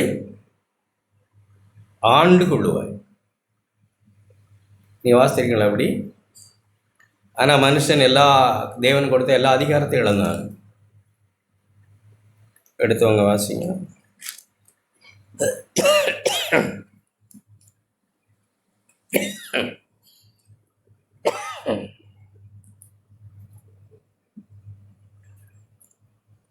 இருபத்தெட்டாம் வசனம் 1:28.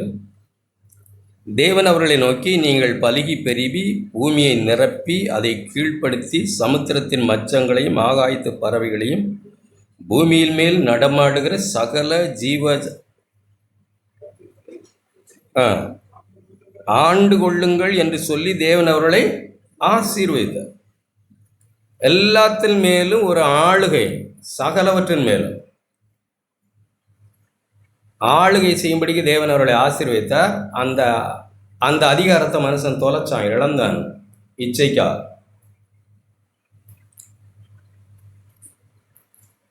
புசிப்புக்காக, கண்களினுடைய இன்பத்துக்காக, கண்களின் இச்சை, ஜீவனத்தின் பெருமை, மாம்சத்தின் இச்சைக்காக தேவன் ஆசீர்வதித்த ஆசீர்வாதத்தை மனுஷன் இழந்தான்.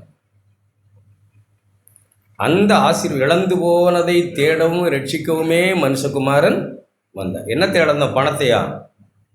காசு பணத்தையா? இல்லை. என்னத்தை இழந்தோம்? தேவ மகிமை. ரோமரில் நம்ம அப்படி எல்லாரும் பாவம் செய்து தேவ மகிமையை இழந்தார். மனுஷனை கண்டா ஒரு பயம் இருந்தது எல்லாவற்றுக்கும். அவனிடத்தில் ஒரு தெய்வ சாயல் இருந்தது, தேவ மகிமை இருந்தது.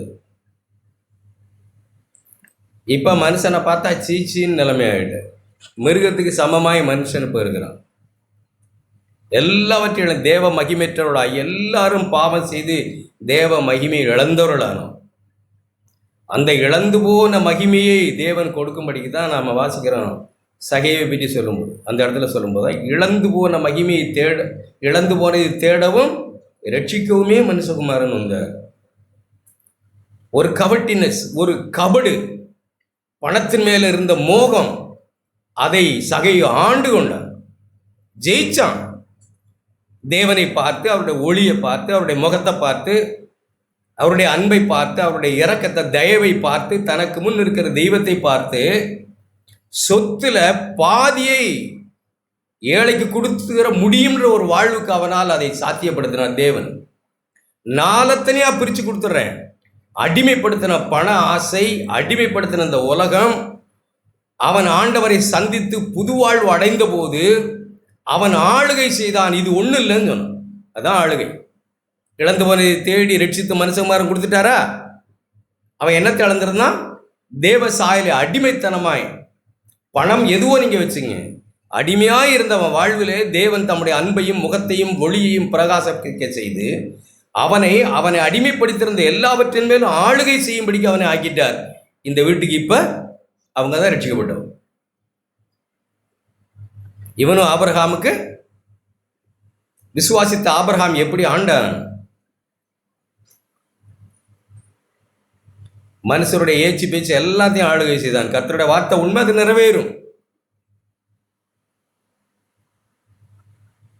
இந்த உலகத்தின் காரியங்கள் பங்கிட வந்தபோது யார் வேணாலும் எதை வேணாலும் எடுத்துக்கிட்டு போ, மீதிய கர்த்தர் எனக்கு தந்தது போதும்னு அதன் மூலமாக ஆசீர்வதிக்கப்பட்டார். அப்படி ஆளுகை செய்த ஆபிரகாம், விசுவாசிகளின் தகப்பன். இவனும் ஆபிரகாமுக்கு பிள்ளையாக இருக்கிறானே, என்னுடைய வார்த்தையை விசுவாசிக்கிற பிள்ளை. அப்படிப்பட்ட ஆளுகை செய்கிற ராஜாக்களாயும் ஆசாரியர்களாயும். ஆசாரியர்னா என்ன யோசிக்கிறீங்க? ஆசாரியர்னா பரிந்து பேசுகிறவங்க வச்சு, பலி செலுத்துறவங்களும் தான் பரிந்து பேசுகிறோம். உண்மையாகவே நம்மை தேவன் ராஜாக்களாய் மாற்றினான். அந்த காலத்தில் ராஜாக்களும் இருந்தார்கள், ராஜாக்களே ஆசாரியர்களும் இருந்தார்கள். தேவன் நம்மை மட்டும் ராஜாக்களாக மாற்றி இருந்தா, தட் மீன் ஆளுகை செய்கிறவர்களாய் ஒரு பாவத்தின் மேல், அது எதுவாக இருந்தாலும் சரி, நம்ம விவரிக்கல. அது என்ன பாவமாக இருந்தாலும் நம்மை அந்த பாவத்தின் மேல், பாவம் நம்மளை மேற்கொள்ளாத ஆளுகை செய்கிற ஒரு பிள்ளையாய் தேவன் மாற்றியிருந்தார். நமக்கு உண்மையிலேயே ஒரு பரிந்து பேசல் இருக்கத்தான் செய்யும். அப்படிப்பட்ட பாவத்தில் தோற்கடிக்கப்பட்டு பாவத்தில் அடிமைகளாக இருக்கிற மக்களுக்காய் நம்ம பரிந்து பேசுகிறவர்களாக தான் இருக்கும். அது பிள்ளைகளோ, மனைவியோ, புருஷனோ, சபையாரோ, யாருக்கும் நாம் பரிந்து பேசுகிறவர்களாக இருக்கும். என்ன இப்படி ஆளும்படிக்க ராஜாவா நீங்கள் மாற்றினீங்களே ஆண்டவரே, எல்லாரையும் மாற்றத்தானே வந்தீங்க, அவங்கள மாற்றும், நீ ராஜாக்களாய் மாற்றும், அவர்களும் ஆளுகை செய்கிறவர்களாய் மாற்றும், அவர்களையும் ஜெயிக்கிறவர்களாய் மாற்றும்னு பரிந்து பேசுகிற ஒரு ஊழியத்துக்கு தேவன் நம்மை ராஜாக்களும் ஆசாரியர்களுமாய் மாற்றினார். இன்னும் அப்போஸ்தலனாகிய பேதுரு ஒரு வார்த்தையை அவர் எப்படி சொல்கிறார் பாருங்க.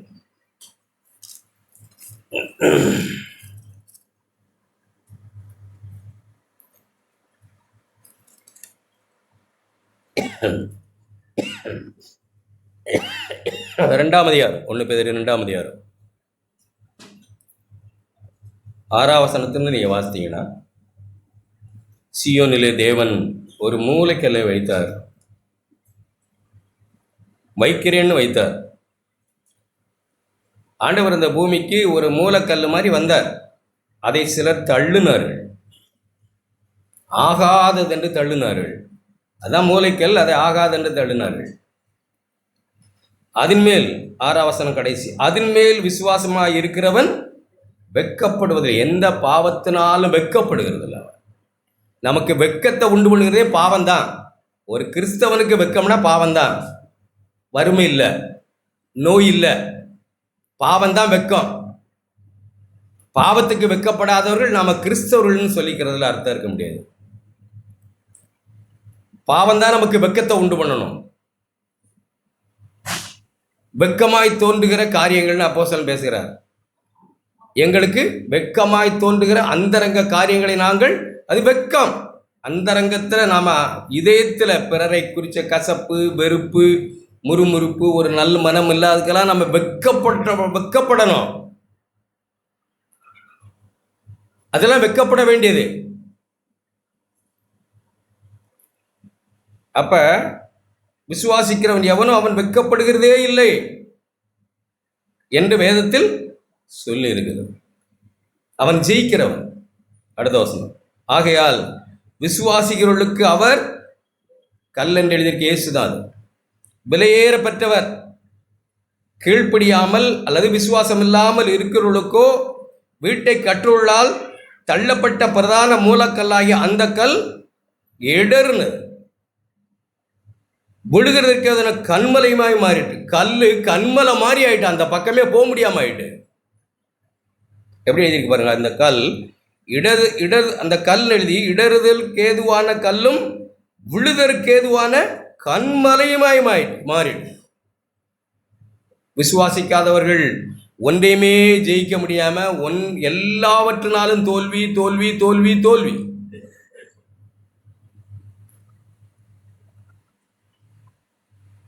நம்ம ஆழமாய் சிந்திச்சு பார்க்கணும், நான் எதனால தோற்கடிக்கப்படுகிறேன். உண்மையாகவே நான் விசுவாசித்து அந்த கல்லில் மோதி நான் நொறுங்கிட்டேனா? சீயோனில் வைத்து அந்த கல்லில் மோதி, இந்த கல்லில் மோதுகிறவன் நொறுங்கி போவான். இந்த கல் எவன் மேல் விழும்புவோம் அவன் வெட்கப்பட்டு போவான், நசுங்கி போவான். ஆண்டவரே, நான் விசுவாசிக்கிற ஆண்டவரே, உங்களால் இது சாத்தியம், உங்களால் இது ஆகும், உண்மை விசுவாசிக்கிறேன். அப்படிப்பட்ட அவர்கள் 8ஆம் வசனம், எழுதப்பட்ட கர்த்தருடைய திருவசனங்களுக்கு கீழ்ப்படியாமல் அல்லது விசுவாசியாமல் இருந்து இடறுகிறார்கள். அதற்கென்றே நியமிக்கப்பட்டவர்களாக இருக்கிறார்கள். விசுவாசம் இல்லாதவர்கள் கடைசி வரைக்கும் இடறல் தான், இளைப்பாறுதலற்றவர்கள் தான். பேதர் என்ன அர்த்தத்தில் எழுதியிருக்காருந்தல்ல, அதற்கெனே அவங்க இடறதுக்குன்னு ஒரு சிலர் நியமிச்சிருக்காங்க. இல்லை, விசுவாசிக்கிறதுக்கு தான் எல்லாரையும் நியமிச்சிருக்காங்க. ஒரு சிலர் அதை விசுவாசிக்கிறது இல்லை, அவங்களுக்கு புரியுது. அப்போ பேதுரு தன்னுடைய வார்த்தையில் அதுக்குன்னே அவங்க நியமிக்கப்பட்டவங்களா இருக்கிறாங்க. வந்தவரை தள்ளுகிறத போல வேற என்னவா இருக்க முடியும்? இவ்வளவாய் தம்முடைய சொந்த இரத்தத்தை சிந்தி அன்பு கூர்ந்து நம்மளை ரட்சித்து பாவங்களற நம்மை கழுவி நிச்சயம் தந்த கர்த்தருடைய பலத்தினால் நம்ம பாவத்தை வெறுத்து நம்ம வாழலைன்னா இடராம என்ன செய்யும்? அடுத்த வசனம், நீங்களோ நாம் இங்கே உட்கார்ந்துருக்கிற நாம் அந்தகாரத்திலிருந்து தம்முடைய ஆச்சரியமான ஒளியினிடத்திற்கு வரவழைத்திருக்கிறார் தேவன் நம்மை. இருளிலிருந்து, அந்தகாரத்திலிருந்து ஆச்சரியமான ஒளி வந்து பார்த்து பிரகாசம் அடைந்தோம். ஆண்டவரே, உங்களை போல யாருண்டு? தாய் மறந்தாலும் தாயின் தகப்பனும் கைவிட்டார். எவ்வளவாய் நேசம் நீங்க அவரை கண்டு அவரிடத்துல வந்து நாம் ஒளியினிடத்துல வரவழைக்கப்பட்ட நாம் அந்த ஒளியை நாம் வாங்கிக் கொண்டே இருக்கிறோம். மனம் திரும்புதலும் விசுவாசம் ரொம்ப சம்மந்தப்பட்டதுங்க. மனம் திரும்பாம விசுவாசம் வரவே வராது. நாம் இங்கே உட்காந்துருக்கிறதும் மனம் திரும்பாமல் மாதா கோயிலில் உட்காந்துருக்கிறதும் ஒன்று தான், அதில் சந்தேகம் இல்லை. மனம் திரும்பினா மட்டும்தான் விசுவாசம் ஆக்டிவேட் ஆகும். விசுவாசம் எப்போ ஆக்டிவேட் ஆகும்னா நம்ம மனம் திரும்பும்போது. நம்ம மனம் திரும்பாமல் நமக்கு விசுவாசம் வரவே வராது. நம்ம மனசில் என்ன வேணாலும் நினைக்கலாம், ஜெபிக்கலாம், கேட்கலாம், அதெல்லாம் விசுவாசம். தேவன் இதை செய்வார்னு விசுவாசம் வராது. என்னுடைய அழுகைக்கு கவலைக்கு ஓய்வு இருக்காது, என்னுடைய பிரச்சனைகளுக்கு ஓய்வு இருக்காது. ஏன்னா நான் விசுவாசிக்கல, நான் மனம் திரும்பலை. ரெண்டு மனம் திரும்பாத ஒருவருக்கு விசுவாசம் இருக்குன்னு சொல்றது போலி. எனக்கு ஞாபகம் வருது, இந்த வசனத்தை காட்டிட்டு நாம் போகலாம். 2 கொரிந்தியர் 3ஆம் அதிகாரம். நம்ம கண்ணுக்கு முன்னாடி ஒரு முக்காடு இருக்கக்கூடாது. 2 கொரிந்தியர் 3ஆம் அதிகாரம். பழைய உடன்படிக்கையில் 13ஆம் வசனம் 3:13. 2 கொரிந்தியர் 3:13. ஒளிந்து போவதின் முடிவை இஸ்ரவேல் புத்திரர் நோக்கி பாராதபடிக்கு மோசே தன் முகத்தின் மேல் முக்காடு போட்டு கொண்டது போல நாங்கள் போடுகிறதில்லை. அது ஒளியக்கூடிய வாழ்க்கை, நிலையற்றது. ஆனால் மோசே எங்களோட பேச வேண்டாம், இப்போ எல்லாருக்கும் முகத்தில் முகமுடி போடணும். இஸ்ரவேல் ஜனம் எல்லாருக்கும் என்ன போடணும்?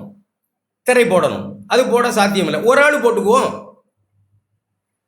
ஒன்று இவங்க எல்லாரும் மோசையை பார்க்கக்கூடாது, அல்லது மோசை எல்லாரையும் பார்க்கக்கூடாது, அவ்வளோதான். அப்போ மோசை தான் போட்டுக்குவோம்னு மோசை முகத்தில் முக்காடு போட்டுக்கொண்டார்.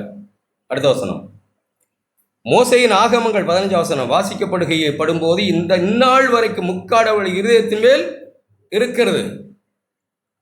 ஒரு முக்காடு, தேவனை காணக்கூடாத ஒரு முக்காடு, ஒரு இருள். தெய்வத்தை அவங்களால பார்க்கவே முடியல, தேவ வழி அவங்களுக்கு தெரியல, தேவ ஆலோசனை தெரியல, தேவனுடைய பரிசுத்தம் அவங்களுக்கு புரியல, தேவ அன்பு புரியல. எல்லாத்துக்கும் முன்னாடி ஒரு முக்காடு போடப்பட்டிருக்கு. அவர்கள், அடுத்த வசனம் 16, அவர்கள் கர்த்தரிடத்தில் மனம் திரும்பும் போது அந்த முக்காடு எடுபட்டு போகும். மனம் திரும்பாமல் நாம தேவனோடு இருக்கிற யாருனாலும் நமக்கு ஒரு முக்காடு முன்னாடி இருந்துகிட்டு தான் இருக்கு. மனுஷருக்கும் நம்ம மறைஞ்சு வாழுகிறோம், தேவனுக்கு முன்னாடி முக்காடு மனம் திரும்பாதனால அந்த முக்காடு விழுந்து தான் கிடக்கு. தேவனுக்கும் நமக்கும் நடுவில் ஒரு முக்காடு இருக்கு. அது மனம் திரும்பும் போது தான் நீக்கப்படும். கர்த்தரே ஆவியானவர். கர்த்தருடைய ஆவி எங்கே உண்டோ, எப்ப மனம் திரும்புறாங்களோ, மனம் திரும்புறவர்களுக்கு அருளப்படுகிற பரிசுத்த ஆவியானவர் தான் வேதத்தில் இருக்கு. அப்போஸ்தலர் நடவடிக்கைகள் எப்ப நாம் மனம் திரும்புகிறோமோ பரிசுத்த ஆவியானவர் நம்மை நிரப்புகிறார். அப்ப எனக்கு விடுதலை உண்டாது, பாவத்திலிருந்து விடுதலை. நான் தேவனை பார்க்கிறேன். நான் ஏதோ அனுமானங்களில் நடக்கிற ஆள் இல்லை. ஏதோ மற்றவங்கள பார்த்து காலடியில் வச்சுக்கிட்டு போல. அவர் சேத்துல மிதிச்சா அடுத்த அடியில் நானும் சேத்துல தான் வைப்பேன். அவர் அசிங்கத்தில் காலை வச்சுட்டு போனாருன்னா அவர் அடியே போனேன்னா அடுத்து அசிங்கத்தில் தான் காலை வைப்பேன். மனுஷரை பார்த்து நடக்கிறது இல்லை, நாம் தேவனை பார்த்து நடக்கிறோம். அப்ப என்னுடைய முக்காடு, கர்த்தருடைய ஆவியானவர் எனக்கு வந்தா எனக்கு விடுதலை, முக்காடு நீக்கப்பட்டுடும். அடுத்த வசனம், திறந்த முகமாய். இப்ப முக்காடு கேட்குறீங்களா? இப்ப முக்காடு நீங்கிட்டு நம்ம விளையாடக்கூடாது. யாரும் நமக்கு முன்பாக மனம் திரும்பாம ஒரு முக்காடு இருந்து கொண்டு நாம என்னதான் தேவனை பார்க்க முடியாது. நம்ம மனம் திரும்பினால் ஒழிய எதுவா இருந்தாலும் சரி, நம்முடைய மனசாட்சியை உறுத்துகிற பாவம்னு தோன்றுகிற எதிலிருந்து ஆழமாய் தேவனே நான் மனம் திரும்புகிறேன், உம்மிடத்தில் நான் வர்றேன் அப்படின்னு நான் மனம் திரும்பினா முக்காடு எடுபட்டு போகும். நாம் எல்லாரும் திறந்த முகமாய் கர்த்தருடைய மகிமையை கண்ணாடியில் காணுகிறது போல காண முடியும். ஆவியா இருக்கிற அந்த சாயலாகத்தானே மகிமை மேல் மகிமை அடைந்து மறுரூபப்படுகிறோம். சிலருடைய கிறிஸ்தவ வாழ்க்கை அங்கேயே நிற்குன்னு சொன்னப்போ அது கீழே வந்துருச்சுன்னு தான் அர்த்தம். உங்களுக்கும் எனக்கு இருக்கிற சவால் ஏதோ அன்னைக்குன்னு இல்லை, இன்னைக்கு எப்படி மனம் திரும்பி கர்த்தருடைய மகிமையை கண்ணாடியில் காணுகிறது போல பார்க்குறோம். ஏதோ நாம் ஒரு காலத்தில் அடைஞ்ச நீதியும் இல்லை, இப்போ நான் ஆண்டவரை எப்படி பார்த்து என் பரிசுத்த ஆவியானவர் இயேசுவில் இருக்கிறதை எனக்கு காண்பித்து திரை விலக்கப்பட்டு அவர் வாழ்ந்த வாழ்க்கையை எனக்கு பளிச்சுன்னு பரிசுத்த ஆவியானவர் காட்டுகிறவராக இருக்கிறாரா? இன்னும் அற்ப சொற்பமான விஷயங்களே எனக்கு பெரும் பாடா இருக்கா? நான் மனம் திரும்பலன்னு அர்த்தம். மனம் புதுசே ஆக மாட்டேங்குது. ஜான் ஏறின முளை இருக்குது. எப்போ பார்த்தாலும் ஒரு குற்ற மனசாட்சி இருந்துக்கிட்டு தான் இருக்கு. அதில் குறை, இதில் குறை, இதில் குறை, இதில் குறை, இதில் குறை, எல்லாமே குறை. எதுவுமே ஒரு நிறைவு இல்லை, எதுலேயுமே ஒரு மனசு நல்லா இல்லை. அப்படி உணர்றீங்களா? ஆழமாய் கர்த்தரிடத்தில் மனம் திரும்பிடும். இப்படி நம்மை ராஜாக்களும் ஆசாரியர்களுமா இருக்க தான் தேவன் அழைத்திருக்கிறார். பேதுரு எப்படி சொல்லுகிறார் அதை மட்டும் வாசித்துட்டு வருவோம். 1 பேதுரு 2ஆம் அதிகாரம். நீங்களோ அந்தகாரத்திலிருந்து தம்முடைய ஆச்சரியமான ஒளியின் இடத்துக்கு வரவழைத்தவருடைய புண்ணியங்களை அறிவிக்கும்படிக்கு தெரிந்து கொள்ளப்பட்ட ராஜரீக ஆசாரிய கூட்டமாயும் பரிசுத்த ஜாதியாயும் அவருக்கு சொந்த ஜனம்னா. எத்தனை பேருக்கு அவ்வளவுப்பட்ட ஒரு நல்ல நம்பிக்கை சந்தோஷமெல்லாம் இருக்கு வீடுகளில்? அப்படி நான் அவருடைய சொந்த ஜனம், நான் ராஜரீக ஆசாரியமா கூட்டம், அவருடைய புண்ணியங்களை எல்லாருக்கும் சொல்ல அழைக்கப்பட்டவன். இது என்னால் உண்டானதல்ல, தேவனுடைய ஈவுன்னு சொல்ல அழைக்கப்பட்டவன். கர்த்தருடைய அன்பு, கர்த்தருடைய கிருபை, தயவு என்னை இப்படி மாத்துனதுன்னு சொல்ற அந்த புண்ணியத்தை, என்னுடைய புண்ணியத்தை இல்லை, அவர் என் வாழ்க்கையில் செய்த புண்ணியத்தை அறிவிக்கும்படி அழைக்கப்பட்ட ராஜாக்களும் ஆசாரிய கூட்டமாய் நாம் இருக்கிறோம். சொந்த ஜனம். முன்னே 10ஆம் வசனம், தேவனுடைய ஜனமல்லாது இருந்தேன் நான், இப்போ அவருடைய ஜனமா இருக்கிறேன் அப்படின்னு சொல்லணும்ல. ஹலோ, நம்ம வாழ்க்கையில் ஏதாவது ஒரு மாற்றத்தை பெற தெருவில் இருக்கவங்க பக்கத்தில் இருக்கவங்க பார்க்க முடியுதா? வேலை ஸ்தலத்தில் அப்படிதான், அதான் உண்மை. ஏதோ சபைக்கு போறாங்க, ஒரு பெரிய டிஃப்ரெண்ட் எப்படி எழுதியிருக்கு? ஜனங்களா இல்லை, இப்போ தேவ ஜனங்களா இருக்கிறார்கள். இவங்க தேவனுடைய பிள்ளைகளா இருக்கிறாங்களே. முன்னே எப்படியோ இருந்தாங்க, இப்போ தேவனுடைய பிள்ளைகளா இருக்கிறார்கள். முன்னே இரக்கம் பெறாதவர்களா இருந்தாங்க, இவங்களால எப்படி இறக்கப்பட முடியுது பிறர் மேல? கடுகடுன்னு இருப்பாங்க, எல்லாருக்கும் தூக்கு தண்டனை வாங்கி கொடுக்கணும், இவங்களை தவறான மாதிரி இருப்பாங்க. ஒரு தவறு அவங்களுக்கு அப்படியே பொறுத்துக்க முடியாது. ஆனால் இப்போ ஏன் இப்படி இருக்காங்க அப்படின்னா அவங்க இரக்கம் பெற்றிருக்காங்க. இப்பொழுது இரக்கம் பெற்றவர்களாக இருக்கிறீர்கள். இப்படித்தான் நம்மளால எல்லாரும் நம்ம அழைக்கப்பட்டோம். இப்படிப்பட்ட ஆளுகை செய்ய அழைக்கப்பட்ட நாம், ஜெயிக்க அழைக்கப்பட்ட பழைய ஏற்பாடோ புதிய ஏற்பாடோ? நம்ம வாசித்த 2 ராஜாக்கள் புஸ்தகம் 5ஆம் அதிகாரம். அங்கே நான் கேட்டுக்கிட்டு இருந்தபோது அந்த கேயாசியை நீங்கள் பார்த்தீங்கன்னா அவர் எலிசாவின் சீடன். எலிசா யாருடைய சீடன்? எலியாவினுடைய சீடன். எலியாவினுடைய டபுள் போர்ஷன், ரெட்டிப்பான ஆசீர்வாதத்தை பெற்றவர் யாரு? எலிசா. இது எல்லாமே கூட இருந்து பார்த்தவன் கேயாசி. அதாவது ஒரு முறை அங்கே வேதத்தில் அப்படி எழுதியிருக்கு, 2ஆம் அதிகாரத்திலிருந்து எழுதியிருக்குன்னு நினைக்கிறேன். 2ஆம் வசனத்தில், எலியா எலிசாவை நோக்கி, நீ இங்கே இரு, கர்த்தர் என்னை பெத்தேலுக்கு போக அனுப்புகிறான்னு சொன்னான், நான் உம்மை விடுகிறதில்லை. நடுவில் எழுதியிருக்கா, நான் உம்மை விடுகிறதில்லை, நீங்கள் எங்கே போனாலும் வருவேன். சும்மா இருங்கப்பான்னு அடுத்த வருஷம் நீங்கள் பார்த்தீங்கன்னா அதில் எழுதியிருக்கோம். மற்றவங்களாம் வந்து சொல்கிறாங்க, எஜமான் என்ன போயிட்டாரா என்ன அப்படி சும்மா இருங்க. நீங்கள் வாசித்தீங்கன்னா 5ஆம் வசனத்தில் தெரியும். 4ஆம் வசனத்தில், அதற்கு அவன், நான் உம்மை, பின்பு எலியா அவனை நோக்கி, எலிசாவே நீ இங்கே இரு, கர்த்தர் என்னை எரிகோ மட்டும் போக அனுப்புகிறார். அதற்கு அவன், நான் உம்மை விடுகிறதில்லை. அடுத்து ஜனங்கள் வந்து எரியாவிலிருந்து தீர்க்கதரிசியின் புத்திர எலிசாவினிடத்தில் வந்து, இன்றைக்கு கர்த்தர் உமக்கு தலைமையாக இருக்கிற உன் எஜமானனை உன்னை விட்டு எடுத்துக்கொள்வார் என்பது உனக்கு தெரியுமா? அவனை கேட்டார்கள். அதற்கு அவன், எனக்கு தெரியும், சும்மா இருங்க, எனக்கு தெரியும். குழப்புறாங்க. அடுத்து 6, பின்பு எலியா அவனை நோக்கி, நீ இங்கே இரு, கர்த்தர் என்னை யோர்தானுக்கு அனுப்புகிறார் என்றான். அவன் உம்மை விடுகிறதில்லை. இப்படியெல்லாம் ஒருவரை பிடிவாதமாய் முழு இதயத்தோடு முழு பலத்தோடு நேசித்து ஒரு அந்த எலியாவினுடைய அந்த வல்லமையை பெற்றுக்கொள்ளணும். நம்முடைய எஜமான் எப்படிப்பட்டவராய் தேவனுக்குன்னு அரிய பெரிய செயல்களை செய்கிறவராய் இருக்கிறார், எவ்வளோ பராக்கிரமராய் இருக்கிறார் தேவனால். இப்படிப்பட்ட மனுஷனுடைய சீசனை நான் இருக்கிறேன், அதை வாங்கணும் அப்படின்னு விடாப்பிடியாய் போய் அவர் எடுத்துக்கொள்ளப்பட்ட போது அவருடைய சால்வை விழுந்து இரட்டிப்பாய் பெற்றுக்கொண்டு அந்த சால்வை எடுத்து ஆத்த 2ஆ பிளந்து வல்லமையெல்லாம் கண்டு போன போது கூட இருந்தவன் கேயாசி. இதெல்லாம் பார்த்துக்கிட்டு இருந்தவர் தான் கேயாசி. அப்படி இதெல்லாம் இன்னும் ஒரு சம்பவம் நான் வாசிக்கிறேன் அப்படின்னு சொல்லிட்டு போகிறேன். ஒரு குழந்தை செத்து போச்சு ஒரு அம்மாவுக்கு. கேஆசியை போய் அந்த கூட்டிட்டு வா அப்படின்னு சொல்கிறார். கேஆசி தான் கூட இருக்கான். அந்த அம்மாவை கூப்பிட்டுட்டு வா. வீட்டில் போய் ரூமுக்கு போய் முகத்தோட உதட்டு முகத்தை வச்சு அந்த பிள்ளைய என்ன செஞ்சிட்டாரு, எழுப்பிட்டார். அந்த அம்மாவை கூப்பிட்டு வந்து அழைச்சிட்டு போய் சொல்லுன்னு சொன்னார். கேஆசி கூட தானே இருந்தார். இந்த கேஆசிக்கு தான் இந்த கேடு. நாம் ஏதோ கேஆசி ஏதோ ஆசி தெங்காசின மாதிரி யோசிக்காம, எபிரேயர் 12ஆம் அதிகாரம்,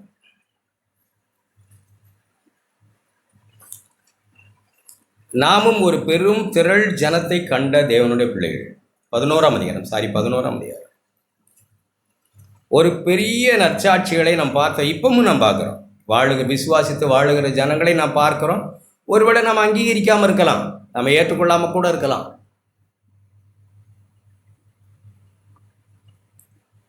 நமக்குள்ளேயே இப்படிப்பட்ட வாழுகிற பிள்ளைகள் இருக்கலாம், நாம ஏற்றுக்கொள்ள மாட்டோம்.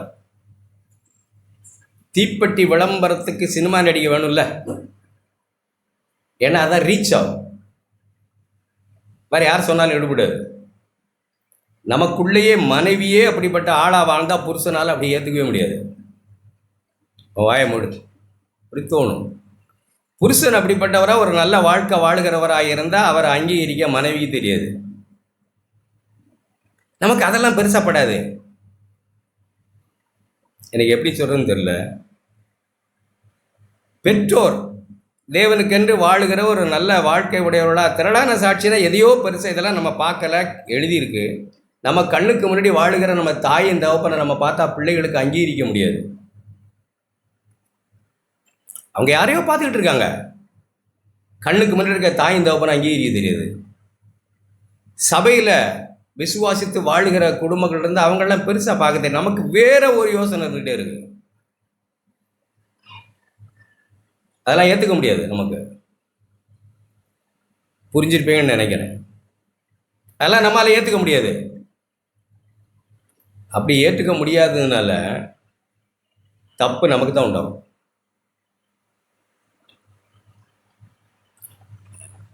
சில சகோதரிகளுக்கு புருஷன் ஒரு ஆலோசனை சொன்னால் அது ஒரு இதாக இருக்காது. அதையே உள்ளூர் எப்படி சொல்கிறதுன்னு தெரியல எனக்கு. அதையே ஒரு மூப்பர் விசேஷித்தவர் வந்து சொன்னால் உங்களுக்கு புரிஞ்ச மாதிரி தோணுதில்ல. என்ன நினைக்கிறீங்க? டிசப்ஷன், வஞ்சனை.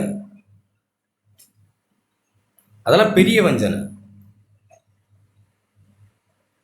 புருஷனை அவமதிக்கிற, இருதயத்தில் அவமதிக்கிற, அவனை தலைவனாக ஏற்றுக்கொண்டு அவனுக்கு எல்லா வகையிலும் காரியங்களை சரி செய்து வாழுகிற ஒரு மனைவிக்கு புருஷன் மூலமாக அல்லாமல் வேற எந்த வழியிலும் ஞானம் வராது. வந்தது போல தோணும்.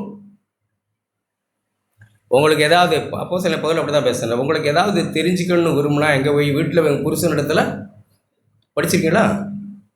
இல்லையா? நாம் மனுஷர்கள் சொல்கிறது தப்பு சொல்லலை. ஆனால் அதே ஆலோசனையும் அதே ஒரு மனசோடும் அதே ஒரு வெளிச்சத்தையும் உங்கள் புருஷன் கொடுத்தா உங்களுக்கு எப்படி தோணுது? இதெல்லாம் தான் நமக்கு ஏற்படுகிற பிரச்சனை. இப்போ இந்த இவ்வளவு நிருபங்கள்லாம் நம்ம வாசிக்கிறோம், யாரையும் நம்ம பார்த்ததில்லை. ஆபிரகாமை பற்றி சொல்கிறோம், மோசையை பற்றி சொல்கிறோம், அப்படி சொல்கிறோம், இப்படி சொல்கிறோம், இப்படி சொல்கிறோம். ஓகே, வருது, ஓகே. அப்படி மனுஷர்கள் நம்மத்திலே நடமாடுகிற, நம்மோட கூட சபை கூடுகிற, நம்மை நடத்துகிற மூப்பர்கள், அது எப்படி இருக்கு நமக்கு தோணுது?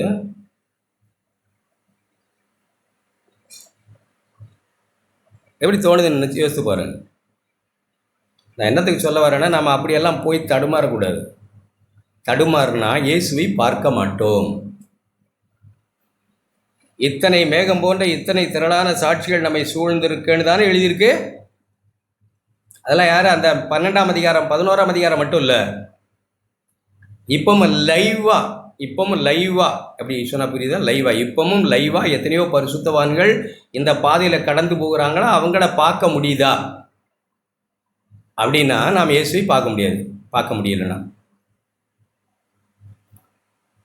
இத்தனை திரளான சாட்சிகள் நம்மை சூழ்ந்திருக்க இயேசுவை நோக்கி நம்ம ஓடணும்.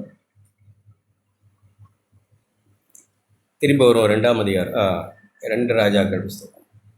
இப்படி கூட இருந்தவன் தான் கேயாசி.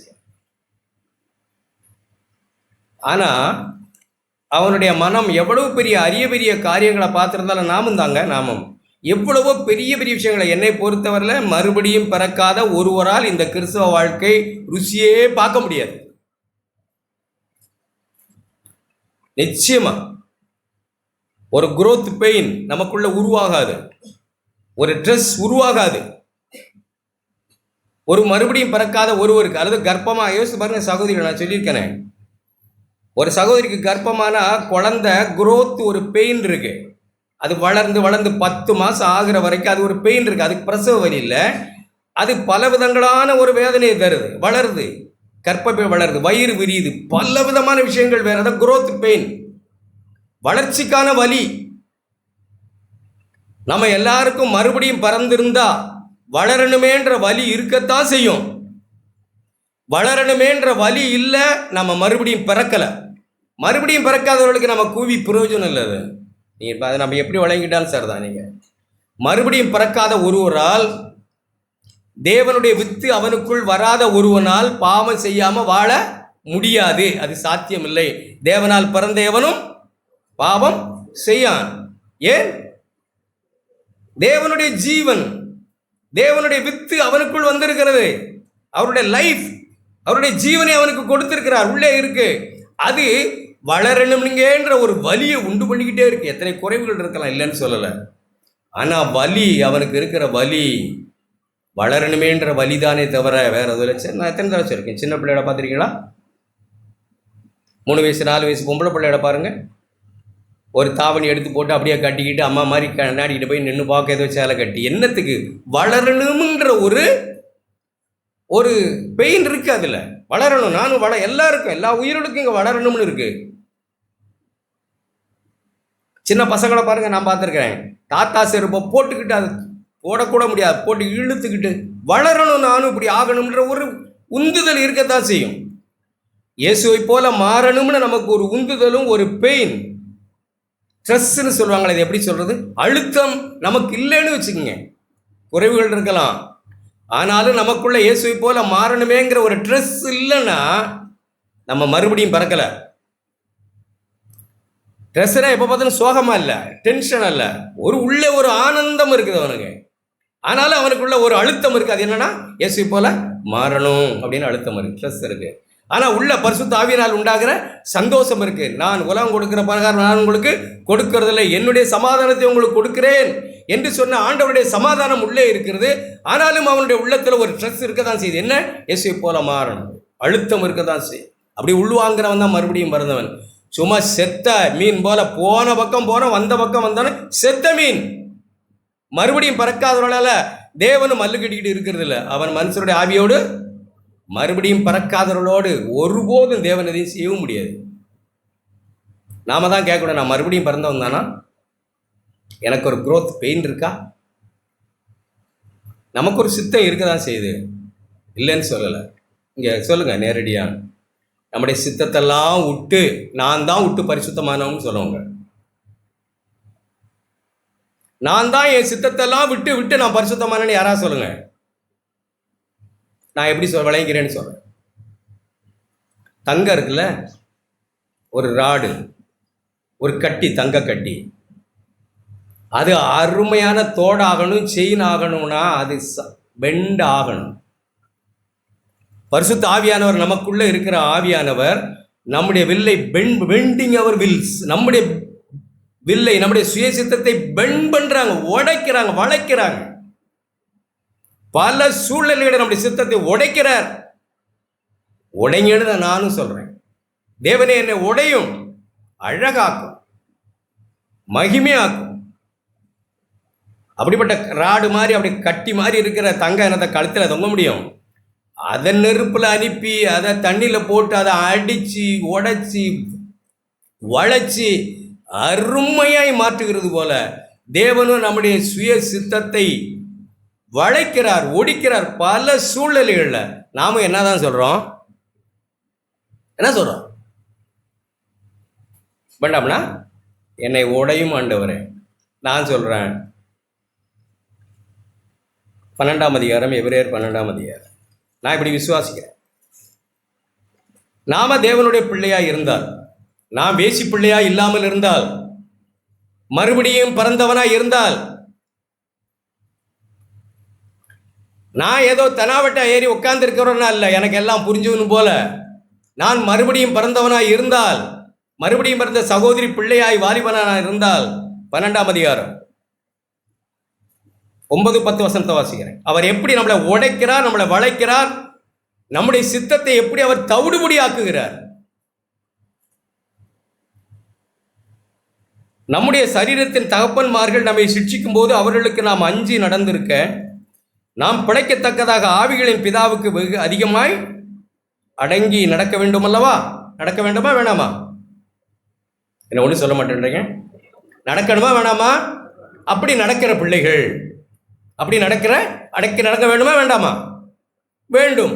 அப்படி என்று சொல்லுகிற பிள்ளைகளுக்கு அவர்கள் அப்படிப்பட்ட அஞ்சு நடந்தாங்களே பெற்றோருக்கு, அந்த பெற்றோர் தங்களுக்கு நலம் என்று தோன்றினபடி கொஞ்ச காலம் அவருடைய சித்தத்தை எல்லாம் உடைச்செறிஞ்சாங்க. அது மூக்கு மொழியும் ஆச்சு, அது சுய சித்தமாச்சு, நான் அவனை தான் கல்யாணம் பண்ணணும் ஓகேன்னு விடுவாங்க. அப்பதான் அது வரைக்கும் உடைச்சி தரமட்டமாகுவாங்க. சாப்பிட்றா, இதான் இருக்கு, சாப்பிடு. வேணான்னா எங்கள் அம்மா நான் பார்த்துருக்கேன் சின்னதில், வேண்டாம்னே சொல்ல முடியாது. ஏன்னா பக்கத்தில் ஒரு நாய் படுத்திருக்கும், வளர்க்குற நாய், வேண்டான விசுக்குன்னு தூக்கி நாய்க்கு போட்டுருவாங்க. உடனே கண்ணுக்கு முன்னாடி நடக்கும், அப்படியே கொட்டிடுவாங்க நாய்க்கு. வேண்டாம்னே சொல்ல முடியாது. சாப்பிட்றா, இதான் இருக்கு. இப்போ உடைச்சாங்களா இல்லையா? இப்போ என்ன கேட்குற? மான்கரியா கேட்குற? அப்பா வேட்டைக்கு போய் சொல்லி வர்றேன்னா சாப்பிட்றா, உடைச்சாங்களா? இதான் ட்ரெஸ்ஸு, இதுதான் சாப்பாடு, இதுதான் உடைச்சாங்க. அப்புறம் மூக்கு முடியும் ஆச்சு, கொஞ்சம் அப்படி இப்படி ஆன பிறகு ஒன்றும் பண்ண முடியல, ஒன்றும் செய்யலை. உன் தலையெழுத்துன்னு சொன்னவங்க உண்டு, போடான்னு. ஆனால் தேவன் அப்படி அல்ல. பெற்றோர் வேணா உன் தலையில் எழுதினபடி நடடா போடான்னு. இப்போ நான் கல்யாணத்துக்கு டிசைட் பண்ணேன், உனக்கு என்ன எழுதியிருக்கோ அப்படின்னா போடான்னுட்டாங்க. நான் வளர்ந்துட்டேன்னா இல்லையா? ஆனால் என்னை வீட்டில் இருந்த காலங்களில் உடச்சிடும் இல்லையா? அப்படியெல்லாம் ஒன்றும் சொல்கிறது இல்லையா? ஒரு வார்த்தையும் சொல்ல முடியுது இல்லையா? வீட்டில் புருஷன் ஒன்றும் சொல்ல முடியுது இல்லையா?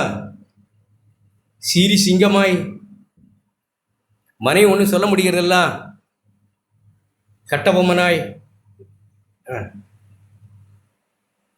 துணிஞ்சவனுக்கு அப்படியா வளைக்கிறாங்க. தேவன் பல மனுஷர்கள் மூலமாக நம்முடைய சுயத்தை வளைக்கிறாங்க. எப்படி எழுதியிருக்கு பாருங்க. அவர்களுக்கு நலமென்று தோன்றபடி கொஞ்ச காலம் சிக்ஷித்தார்கள். இவரோ யாரு? நம்மை அழைத்தவரோ, ஆச்சரியமான ஒளிக்கு அழைத்தவரோ, அவருடைய புண்ணியங்களை அறிவிக்கும்படி அழைத்தவரோ, அன்பை உள்ளத்திலே ஊற்றினவரோ, இரத்தத்தை சிந்தினவரோ, நம்மை பிள்ளைகளாக்கினவரோ தேவனோ, தம்முடைய பரிசுத்தத்துக்கு நாம் பங்குள்ளவர்களாகும் பொருட்டு. யாருடைய பரிசுத்தத்துக்கு? யாரோ மனுஷனுடைய பரிசுத்தத்துக்கு இல்லை, குருடர்கள் போல இருக்கக்கூடாது. அவருடைய பரிசுத்தத்துக்கு நாம் பங்குள்ளவர்களாகும் பொருட்டு என்னுடைய பிரயோஜனத்துக்காகவே என்னை வளைக்கிறார், ஒடிக்கிறார், சிக்ஷிக்கிறார். அதுதான் அப்படி வளைக்கிறேன் நான். ஏன் சித்த சாப்பிட்றா அப்படி இல்லை. இப்போ அன்புனால் வந்து என்னோட பேசுகிறேன். சாத்தா உன்னை கோதுமையில் சொலகில் புடைக்கிறது போல புடைக்க நீ உடப்படுவேன். நான் உனக்காக ஜெபம் பண்ணுவேன். டோன்ட் வரி, நீ ஒன்றும் வீணாக போக மாட்டேன்.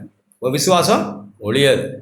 உனக்கு சூழ்நிலையெல்லாம் வரும், நான் உடைப்பேன். உன் இஷ்டப்படி நடந்த. இப்போ வேற ஒருத்தன் வந்து வேட்டியை கட்டுவான், இஷ்டம் இல்லாத இடத்துக்கு கூப்பிடுவான், உடைச்சு வளைச்சு நீ போவ. நீ குணப்பட்ட பின்பு, நீ குணப்படுகிறதுக்காக நான் எல்லாம் செய்வேன். வியாதி, பண கஷ்டம், நெருக்கங்கள், மனுஷர்கள் மூலமாய் வருகிற பல சூழ்நிலைகள் மூலமாய் யாருக்கும் சொல்ற, சும்மா எல்லாரையும் உடைக்க மாட்டாங்க. பேசி பிள்ளைகளுக்கு அதை வர செய்கிறது இல்லை. எப்படி அதையும் படிச்சுடுவோமா?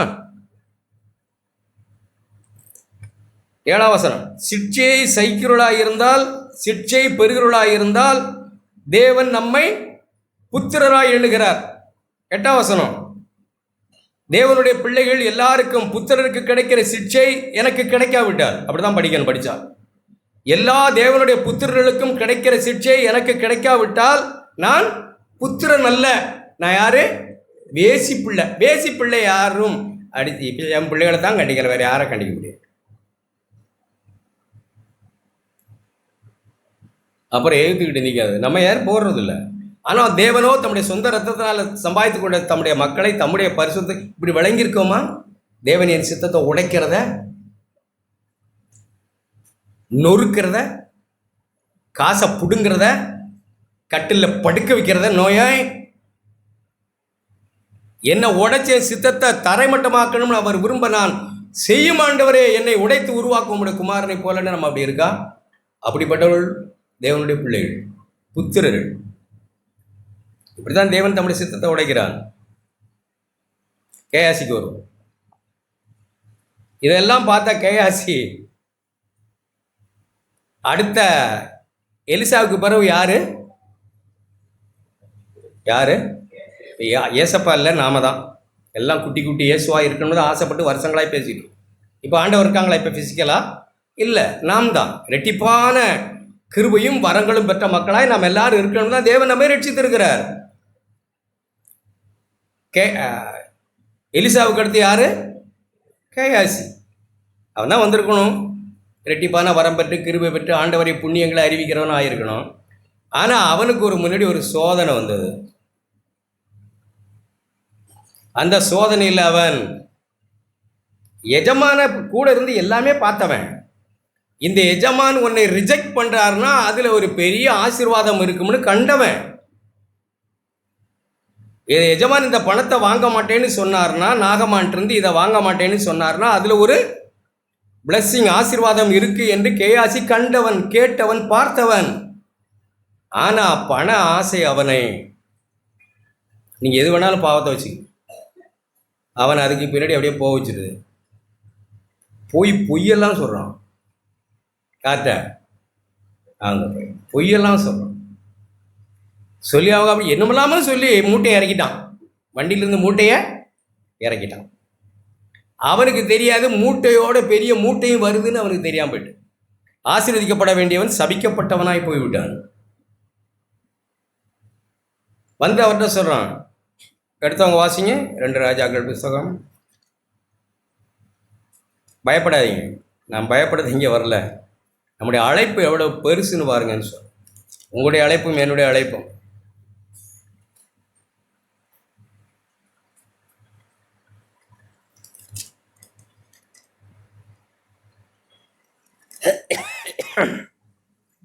பின்பு 25 வசனம் 5:25. பின்பு அவன் உள்ளே போய் தன் எஜமானுக்கு முன்பாக நின்றான். கேயாசியே, எல்லாம் தெரிஞ்சவர், தீர்க்கதரிசி கேயாசியே, எங்கே இருந்து வந்தாய் என்று எலிசா அவனை கேட்டதற்கு அவன், உமது அடியான் தடுமாறிட்டான் இல்லையா? பொய். ஆண்டவருக்காய் வாழ வந்த பிள்ளையுடைய வாயில பொய் வந்து ஆரம்பிச்சா எழுந்திருக்க மாட்டோம். நம்ம நினைக்கிறோம் பொய்யை சும்மா சாமானியமாய். ஒரு பொய்யை மறைக்க 9 பொய் சொல்லுவோம். எழுந்திருக்கவே முடியாது. அதுல பொய்ங்கிற வலையில சிக்கிட்டா திரும்ப திரும்ப திரும்ப திரும்ப பின்னி விடும். அது நம்ம பொய்யை அசால்ட்டா யோசிக்கிறோம். சகோதரத்தில் தான் நான் மறைச்சி பொய் சொல்லிட்டேன், எல்லாம் நம்ப வச்சுட்டோம். நீ திரும்ப திரும்ப திரும்ப திரும்ப அதில் தான் சகோதரா உழண்டு கிடப்ப, வெளியே வரவே முடியாது. என்னைக்கு பகிரங்கமாய் அந்த உண்மையை ஒத்துக்கிறோமோ அன்னைக்கு இயேசுவை பார்ப்போம். முக்காடு இன்னைக்கு அப்படி இயேசுவை பார்ப்போம். ஆணாக இருந்தாலும் பெண்ணாக இருந்தாலும் சரி. நாம் பொய் பேசி நம்ம மறைச்சிட்டோம்னா என்னைக்கு நம்முடைய தலை குனிஞ்சுதான் இருக்கும், நிமிரவே முடியாது. நீங்க சொல்லி பாருங்க, நிமிரவே முடியாது. அதுக்கு பலவும் நிமிர்றோம்னா காசு இருக்குன்னு தான் அர்த்தம், வேற ஒன்றும் இல்லை. பரிசுத்த ஆவியானவர் இல்லைன்னு தான் அர்த்தம். பொய் சொன்னான். எங்கும் போகவில்லை, எங்கேயும் போல. யார்கிட்ட யார் சொல்லிட்டு இருக்கா பாரு. தேவனிடத்திலேயே நம்முடைய வஞ்சகம் எப்படி இருக்கும்னு பாரு. எலியாவை தேவனை போல, எலிசாவை தேவனை போல யோசித்தா, கேயாசியை நம்மை போல யோசித்தா எப்படி நிற்கும்னு எப்படின்னு யோசிச்சு பாருங்க. அப்பொழுது அவன் இவனை பார்த்து, அந்த மனுஷன் உனக்கு எதிர்கொண்டு வர தன் ரதத்திலிருந்து இறங்கி வந்தானா இல்லையா? நீ லொக்கு லொக்கு லொக்கு லொக்கு லொக்குன்னு பின்னாடி ஓடுன அவன் அந்த ரதத்தை நிறுத்தி இறங்கி வந்தானா இல்லையா? என்ன யோசிக்கிறீங்க? பணம், மனுஷருடைய மகிமை, பாவம், இறங்கி வந்தானா இல்லையா? ஆமான்னு சொல்லணும்ல. இறங்கி வந்தானா? இறங்கி வருகிற போது, அப்படி அவன் இறங்கி வந்த போது நான் வேண்டாம்னு சொன்னதும், நான் எப்படி இதெல்லாம் பகைச்சேங்கிறோம் எண்ணம் உனக்கு வரல? என் மனம் உன் கூட வரல? ஒருவரை பற்றி குறை பேசுகிறோம், ஒருவரை பற்றி அவதூறு பண்றோம், அவங்க மனம் உங்க கூட வரல?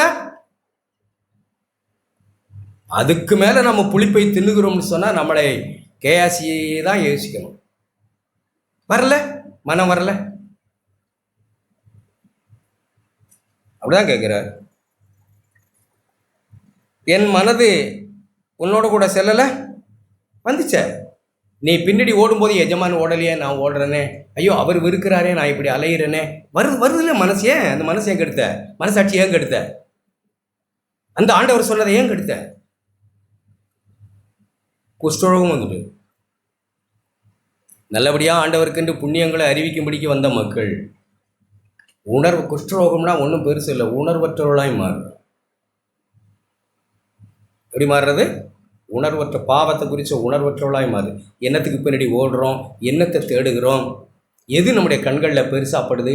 கிறிஸ்துவா, பணமா, மனுஷருடைய புகழா, சபையா அப்படின்னு இதெல்லாம் மறந்து நம்ம எதுக்கு பின்னாடியே ஓடுகிறோம்? நமக்கு உணர்வு மறத்து போச்சு. இப்போ குஷ்டரோகம் வந்தால் மறத்து போகுது. அவனுக்கு மறத்து போய் சகலம் மறத்து போச்சு. வேணாப்பா, நம்முடைய அழைப்பு அதல்ல. நம்முடைய அழைப்பு அவருடைய புண்ணியங்களை அறிவிக்கும்படி அழைக்கப்பட்ட ராஜாக்களும் ஆசாரியர்கள். நான் எதுமின்றி ஓடக்கூடாது ஆண்டவர். பாலியச்சைக்கு பின்னே, பணத்தின் பின்னே, மனுஷருடைய மகிமை பின்னே, கனத்தின் பின்னே, ஒரு சபைக்கு பின்னே, கிறிஸ்துவின் பின்னே ஓட. சபை பிற வரும். இதை விட்டுட்டு நம்ம எல்லாரும் நான் கேட்டேன், இதை விட்டுட்டு நம்ம எல்லாரும் போயிட்டோம்னா ஆண்டவர் இங்கே இருக்காரு. இப்போ இதை கூட்டம் முடிஞ்சு 12:30 1 மணிக்கு எல்லாரும் போயிடுறோம். ஆண்டவர் இங்கே இருக்காருன்னு நினைக்கிறீங்க? புரியல. மாதா கோயில் மாதிரி தானே நம்மளும் யோசிக்கிறோம். நம்ம கூட இருக்காங்க, இங்கே இருக்கோம், அவ்வளோதான். நம்ம போகிற பிறகு கூட வந்துடுவாங்க. நம்ம இங்கே ஒன்றும் இல்லை, இங்கே செவுறு தான் இருக்கும் இந்த கட்டடம். இங்கே ஒன்றும் இல்லை. நாம தான் தேவனுடைய ஆலயம். அதை நான் கெடுத்தால் இந்த கட்டடத்தை கெடுப்பார்ல தேவன், அவனை கெடுப்பார்னு அடியுது. ஆண்டவரே, நாங்கள் அழைக்கப்பட்ட அழைப்பு பெருசு ஆண்டவரே. எதுவும் முன்னாடி ஓடுகிறேன்னு என்னை என் கண்ணை காண்பியும்.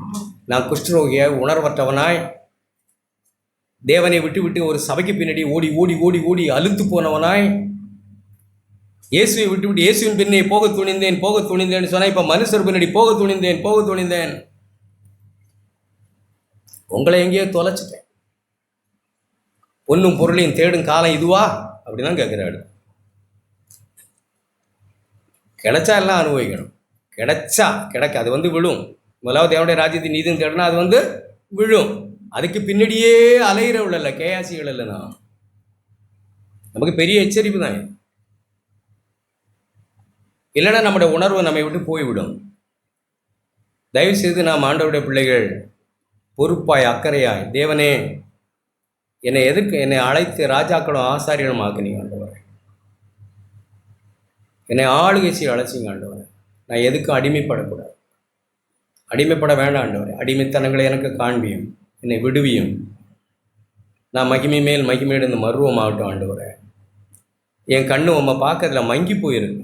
நான் எதெல்லாமோ பிரகாசமாய் பார்க்குறேன், உங்களை பார்க்கறதுல மங்கலாக இருக்கிறேன். வேதம் எனக்கு புரிய மாட்டேங்குது.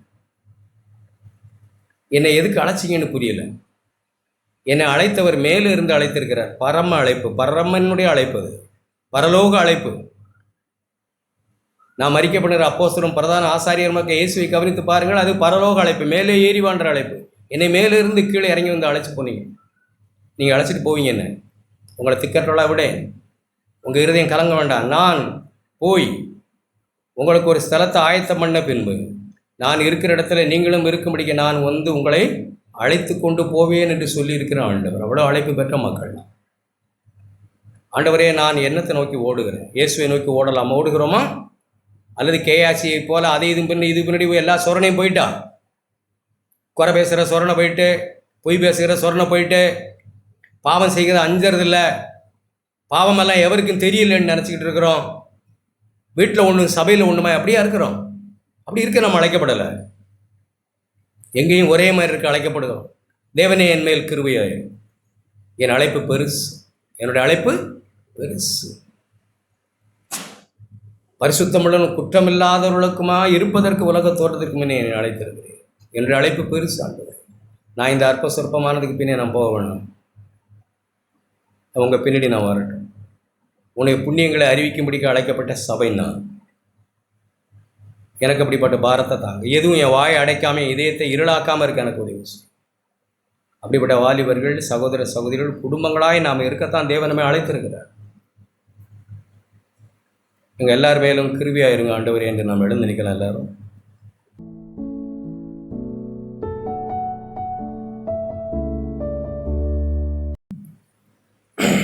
நாம் அப்பம் பக்கம் வந்திருக்கிறோம். பொறுப்புடையவர்களாய் நாம் அப்பம் பக்கத்தான் நாம் அழைக்கப்படுறோம் எப்போது. ஏனென்றால் 1 கொரிந்தியர் 5ஆம் அதிகாரம்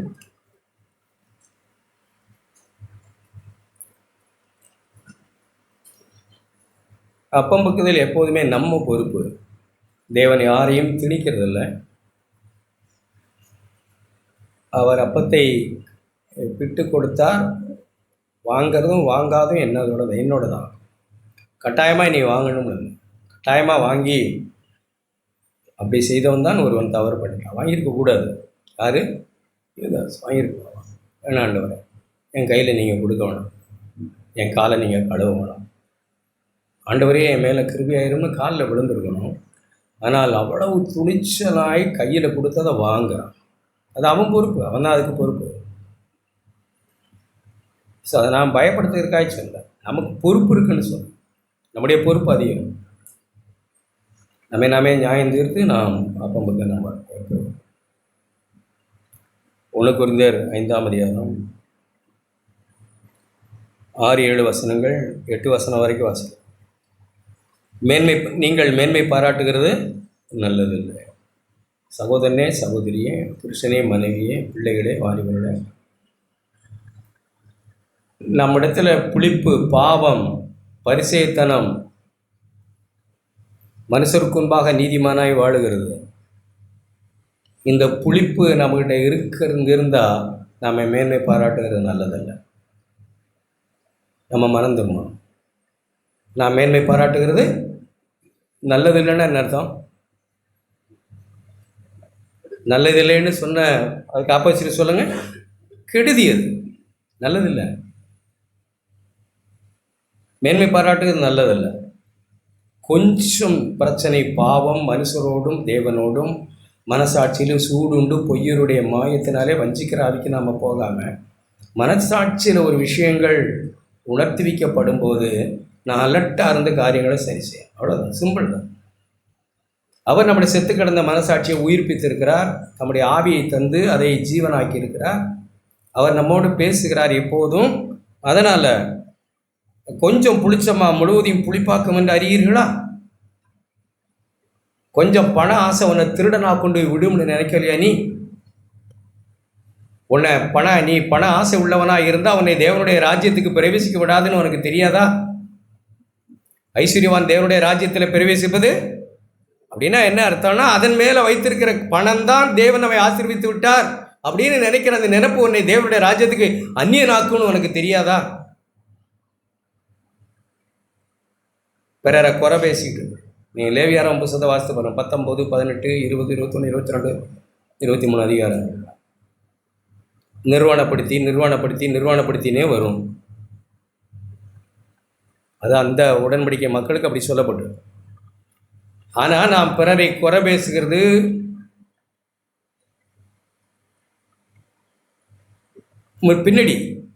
பின்னாடி பேசுகிறது அது நிர்வாணப்படுத்துகிறதா இருக்காதா? மருமகளை, புருஷனை, மனைவியை, மகனை, மகளை எல்லாம் எழுதியிருக்காது. எல்லா சொந்தமும் எழுதியிருக்கு. அப்படி இருக்கு, அதை நிர்வாணப்படுத்துதுன்னு இல்லையா? கொஞ்சம் புளிப்பு எங்கே வேணாலும் அதெல்லாம் பேசிக்கிட்டே அலைய வச்சிரும்னு உங்களுக்கு தெரியாதா? இங்கே நம்ம எப்போ ஒரு தடவை பேசுகிறோம்னு நினைக்கக்கூடாது. எங்கே வேணாலும் வாயில் வந்தபடி பேசிக்கிட்டு அலைய வச்சிரும். அது கொஞ்சம் புளிப்பு எல்லாமே புளிப்பாக்கி விடும். இடம் ஏவல் எங்கனே நமக்கு தெரியாது. நம்மளை வீணாக்கி விடும்னு நமக்கு தெரியாதா? நீங்கள் ஏன் இதெல்லாம் நாம் அப்படி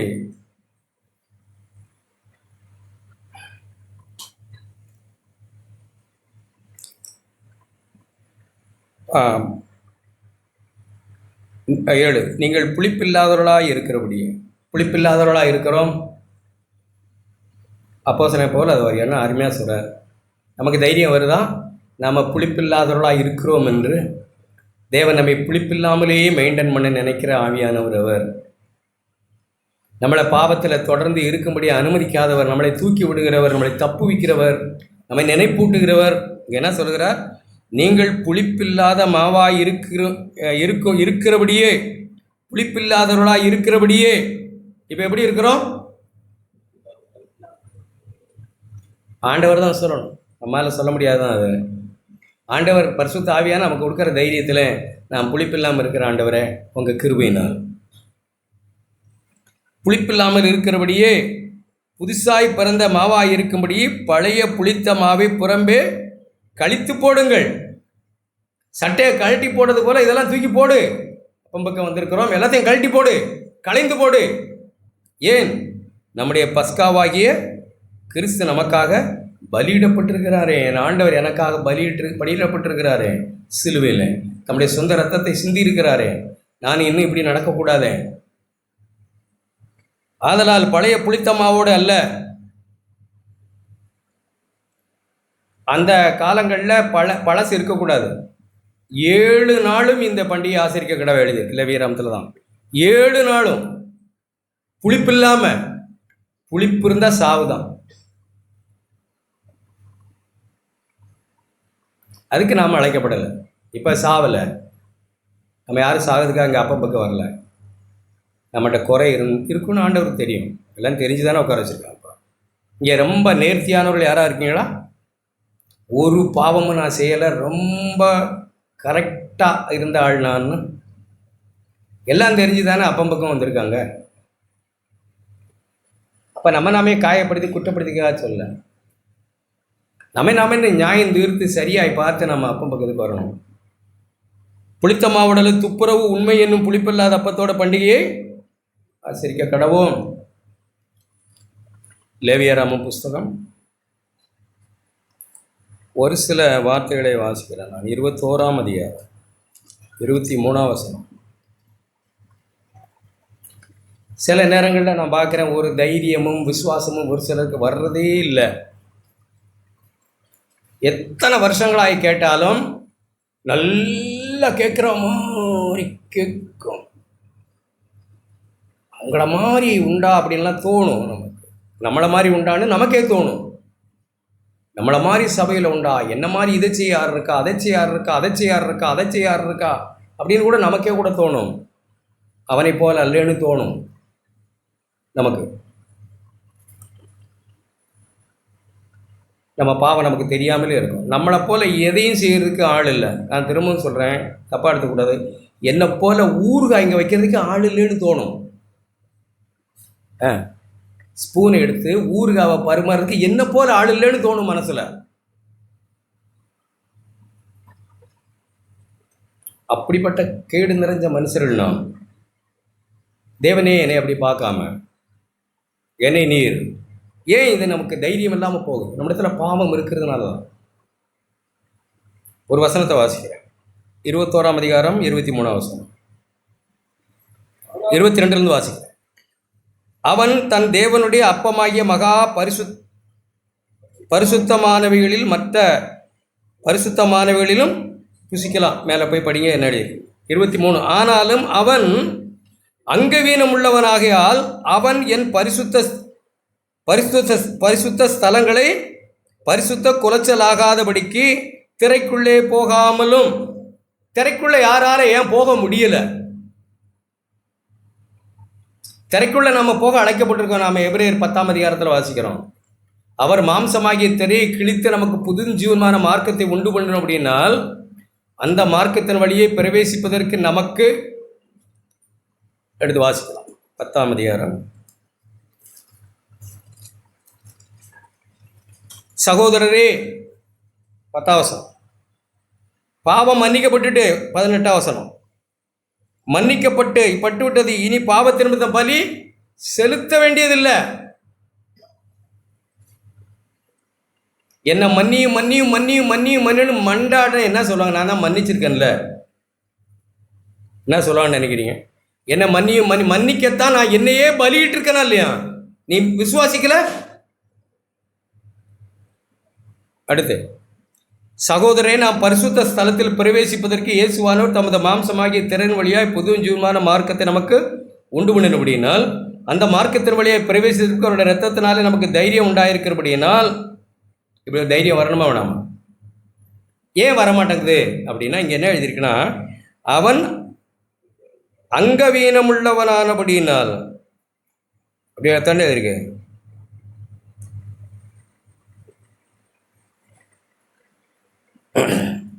அப்படி இருந்தாலும் அவன் திரைக்குள்ளே போகவானா அவனை பரிசுத்தமாக இருக்கிறது நான். அடுத்த வருஷம் அப்படியே தான் எழுதியிருக்க. அவன் அங்கமீன உள்ளவனாகையால் அவன் பரிசுத்த ஸ்தலத்துக்குள்ளே பரிசுத்த குலைச்சலாக்காதபடிக்கு திரைக்குள்ளே போகாமலும் பலிபீடத்தின் அண்டையில் சேராமலும் இருப்பானாக. நான் அவர்களை பரிசுத்தமாக்குகிற கர்த்தர் என்று அவர் ஆண்டவர் சொல்லுகிறார். நம்ம குறைகள் நமக்கு தெரியணும். நம்ம சாகிற வரைக்கும் நல்லாக போகிறதில்ல, அது திட்டம். நீங்கள் எப்படி விளங்கிறீன்னு தெரியல. சாகிற வரைக்கும் நம்ம இயேசுவை போல மாறுறது இல்லைன்னு சொல்கிறேன். அவர் வரும்போதும் அவரை போல மாற போகிறோம். அது வரைக்கும் நம்மகிட்ட குறை இருந்துகிட்டே தான் இருக்கும். இப்போ யாராக இருக்கிறோம்? இப்போ யாராக இருக்கிறோம்? சத்தமாக சொல்லுங்கள். இப்போ யாராக இருக்கிறோம்? இனி எப்படி இருப்போம் தெரியாது. ஆனால் அவர் வரும்போது தான் அவர் இருக்கிற வண்ணமாக அவரை நான் தரிசிக்கிறபடியான அவருக்கு ஒப்பா இருப்பேன். இப்போ இல்லை. ஆனாலும் பரிசுத்த ஆவியானவர் நமக்கு ஒரு தைரியம் கொடுத்துட்டு தான் இருக்காங்க. தைரியமாய் கிருபாசன தண்டையில் வா, நீ என்ன மாதிரி இந்த பூமியில் இருக்கிற வரைக்கும் நீ இருப்ப. குறைவுகள் இருக்கலாம், சோதிக்கப்படலாம், பயப்படாத. உன்னை தூக்கி நிறுத்தி உன்னை என்ன போல மாற்றத்தான் பரிசுத்த ஆவியானவர் திக்கற்றோடாய் விட மாட்டாங்க. நம்ம அவருடைய சமாதானம், அவருடைய சந்தோஷத்தை நமக்கு பரிசுத்த ஆவியானவர் தந்திருக்கிறார். நம்ம அனாதைகள் இல்லை, அங்கவீனம் உள்ளவன் தான். உன்னை பரிசுத்தமாக்குற கர்த்தர் நான். 19ஆம் அதிகாரம் நிறைய வார்த்தைகளை பரிசுத்தமாக்குற கர்த்தர் நான், பரிசுத்தமாக்குற கர்த்தர் நான், நிறைய விஷயங்கள் எழுதியிருக்கு. அவர் நம்மை பரிசுத்தப்படுத்துவார். இதற்கு நம்மை தகுதி ஆயத்தப்படுத்துகிறவர் தேவனே. அப்பம்பக்கு நம்மளை ஆயத்தப்படுத்துகிறவர் தேவனே. அப்படி உங்களுக்கு தோணுதா? அப்பம்பக்கு நம்மை ஆயத்தப்படுத்துகிறவர் தேவனே. தேவனே என்ன சொன்னாங்க? நம்மளே நாம ஏமாற்றக்கூடாது. இருதயமே மகா திருக்குள்ளதும் கேடு உள்ளதுமாய் இருக்கிறது, அதை அறியத்தக்கவன் யார்? இப்போ அப்பம் பக்கம் யார்? அதெல்லாம் ஆராய்ஞ்சு தகுதியாக வர்றவங்க. இப்போ நான் ஒன்றும் இல்லை, நான் கரெக்டாக இப்போ வர்றேன்னு இருதயத்தை ஆராய்ந்து பார்த்து இப்போ தகுதியாக வர்றவங்க யார்? யார்? No one. யாரும் இல்லைன்னு தான் சொல்கிறேன். யாரும் இல்லை. அப்படி யாரும் இல்லைங்கிறதுனால நானே இருதயங்களை ஆராய்கிறவர். எரேமியா 17ஆம் அதிகாரம்.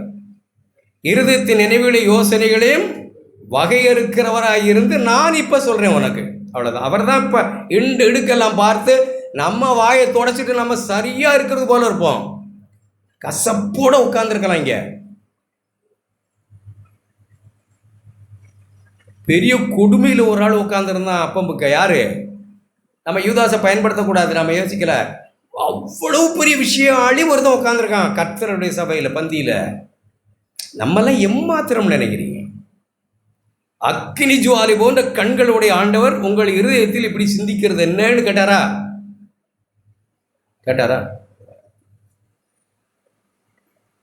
மனுஷனுக்குள் இருப்பதை அவர் அறிந்திருந்தபடியினால். யோவான் 2ஆம் அதிகாரம் எழுதியிருக்கா?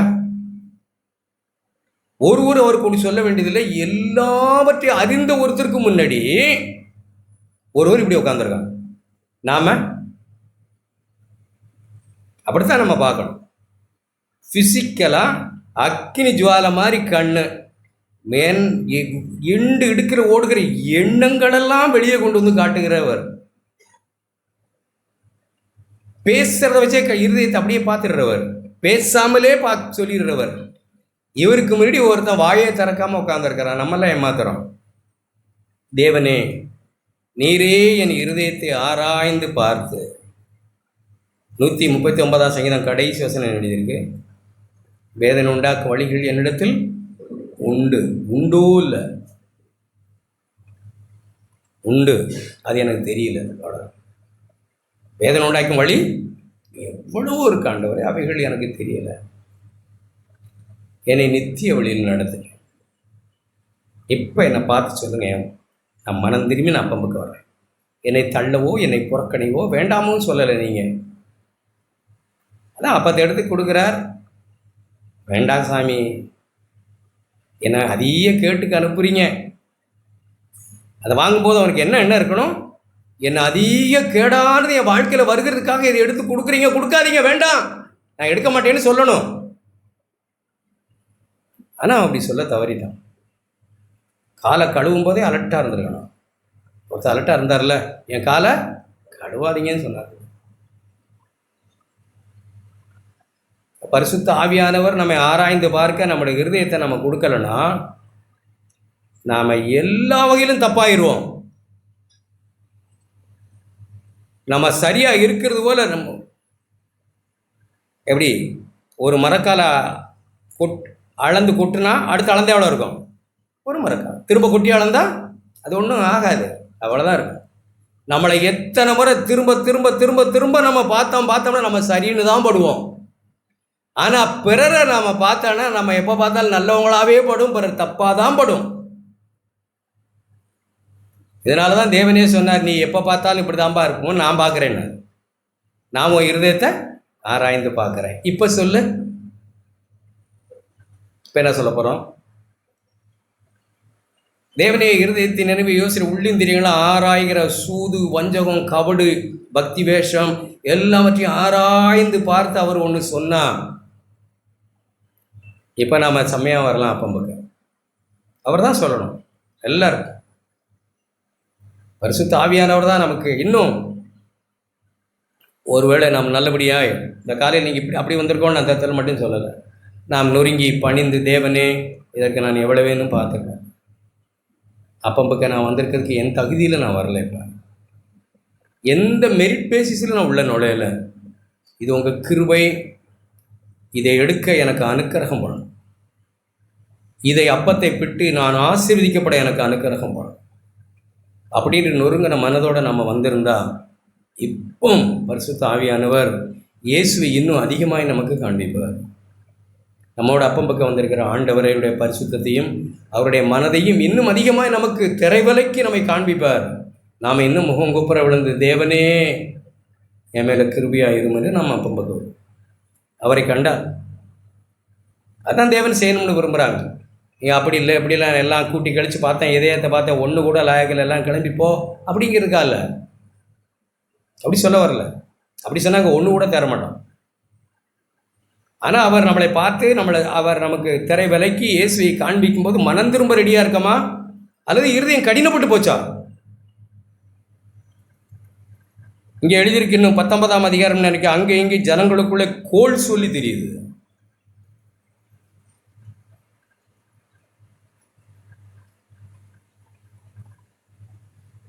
பதினேழாம் வசனம் 19-17. உன் சகோதரனை உள்ளத்திலே பகைக்காத, உள்ளத்தில் பகைக்காத, பிள்ளைய உள்ளத்தில் பகைக்காத, உள்ளத்தில் பகைக்காத. உள்ளத்தில் பகைச்சிட்டு வாங்க வாங்க ஸ்தோத்திரம் நல்லா இருக்கீங்களா பிரதர்னாத, அப்படி செய்யாத. உங்களை பற்றி தான் பேசிக்கிட்டு இருந்தேன்னு பேசாத. ஜாக்கிரதை, உள்ளத்தில் பகையாத. உன் சகோதரன் உள்ளத்தில் பகையாத. பாவம் இருந்தால் அவனை எப்படியும் கடிந்து கொள், சொல்லு, அவனை நேரடியாக சொல். பகையாத, புறம் பேசாத.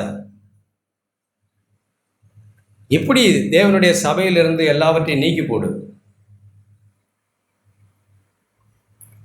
நீ அன்பு கூறுவதோல பிறரின் அன்பு கூறுவாயாகும். 18ஆம் வசனம். இந்த கற்பனை பழசு, வெரி வெரி ஓல்டு. புது கற்பனை என்ன தெரியுமா? நான் உங்களில் அன்பாக இருக்கிறது போல, ரத்தனமாக சுருக்கமாக ஒன்று சொன்னாங்க. நான் உங்களில் அன்பாக இருக்கிறது போல நீங்களும் ஒருவர்களொருவர். இந்த ஸ்டாண்டர்டை வச்சு நம்ம ஒவ்வொருவரையும் யோசித்து பார்ப்போம். எழுந்து நிற்கலாம் எல்லாரும். கிறிஸ்து என்னிலே அன்பாக இருக்கிறது போல நான் இங்கே அப்பம் பக்கம் வந்திருக்கிற எல்லாருமேலும் அன்பாக இருக்கணுமே ஆண்டவரே.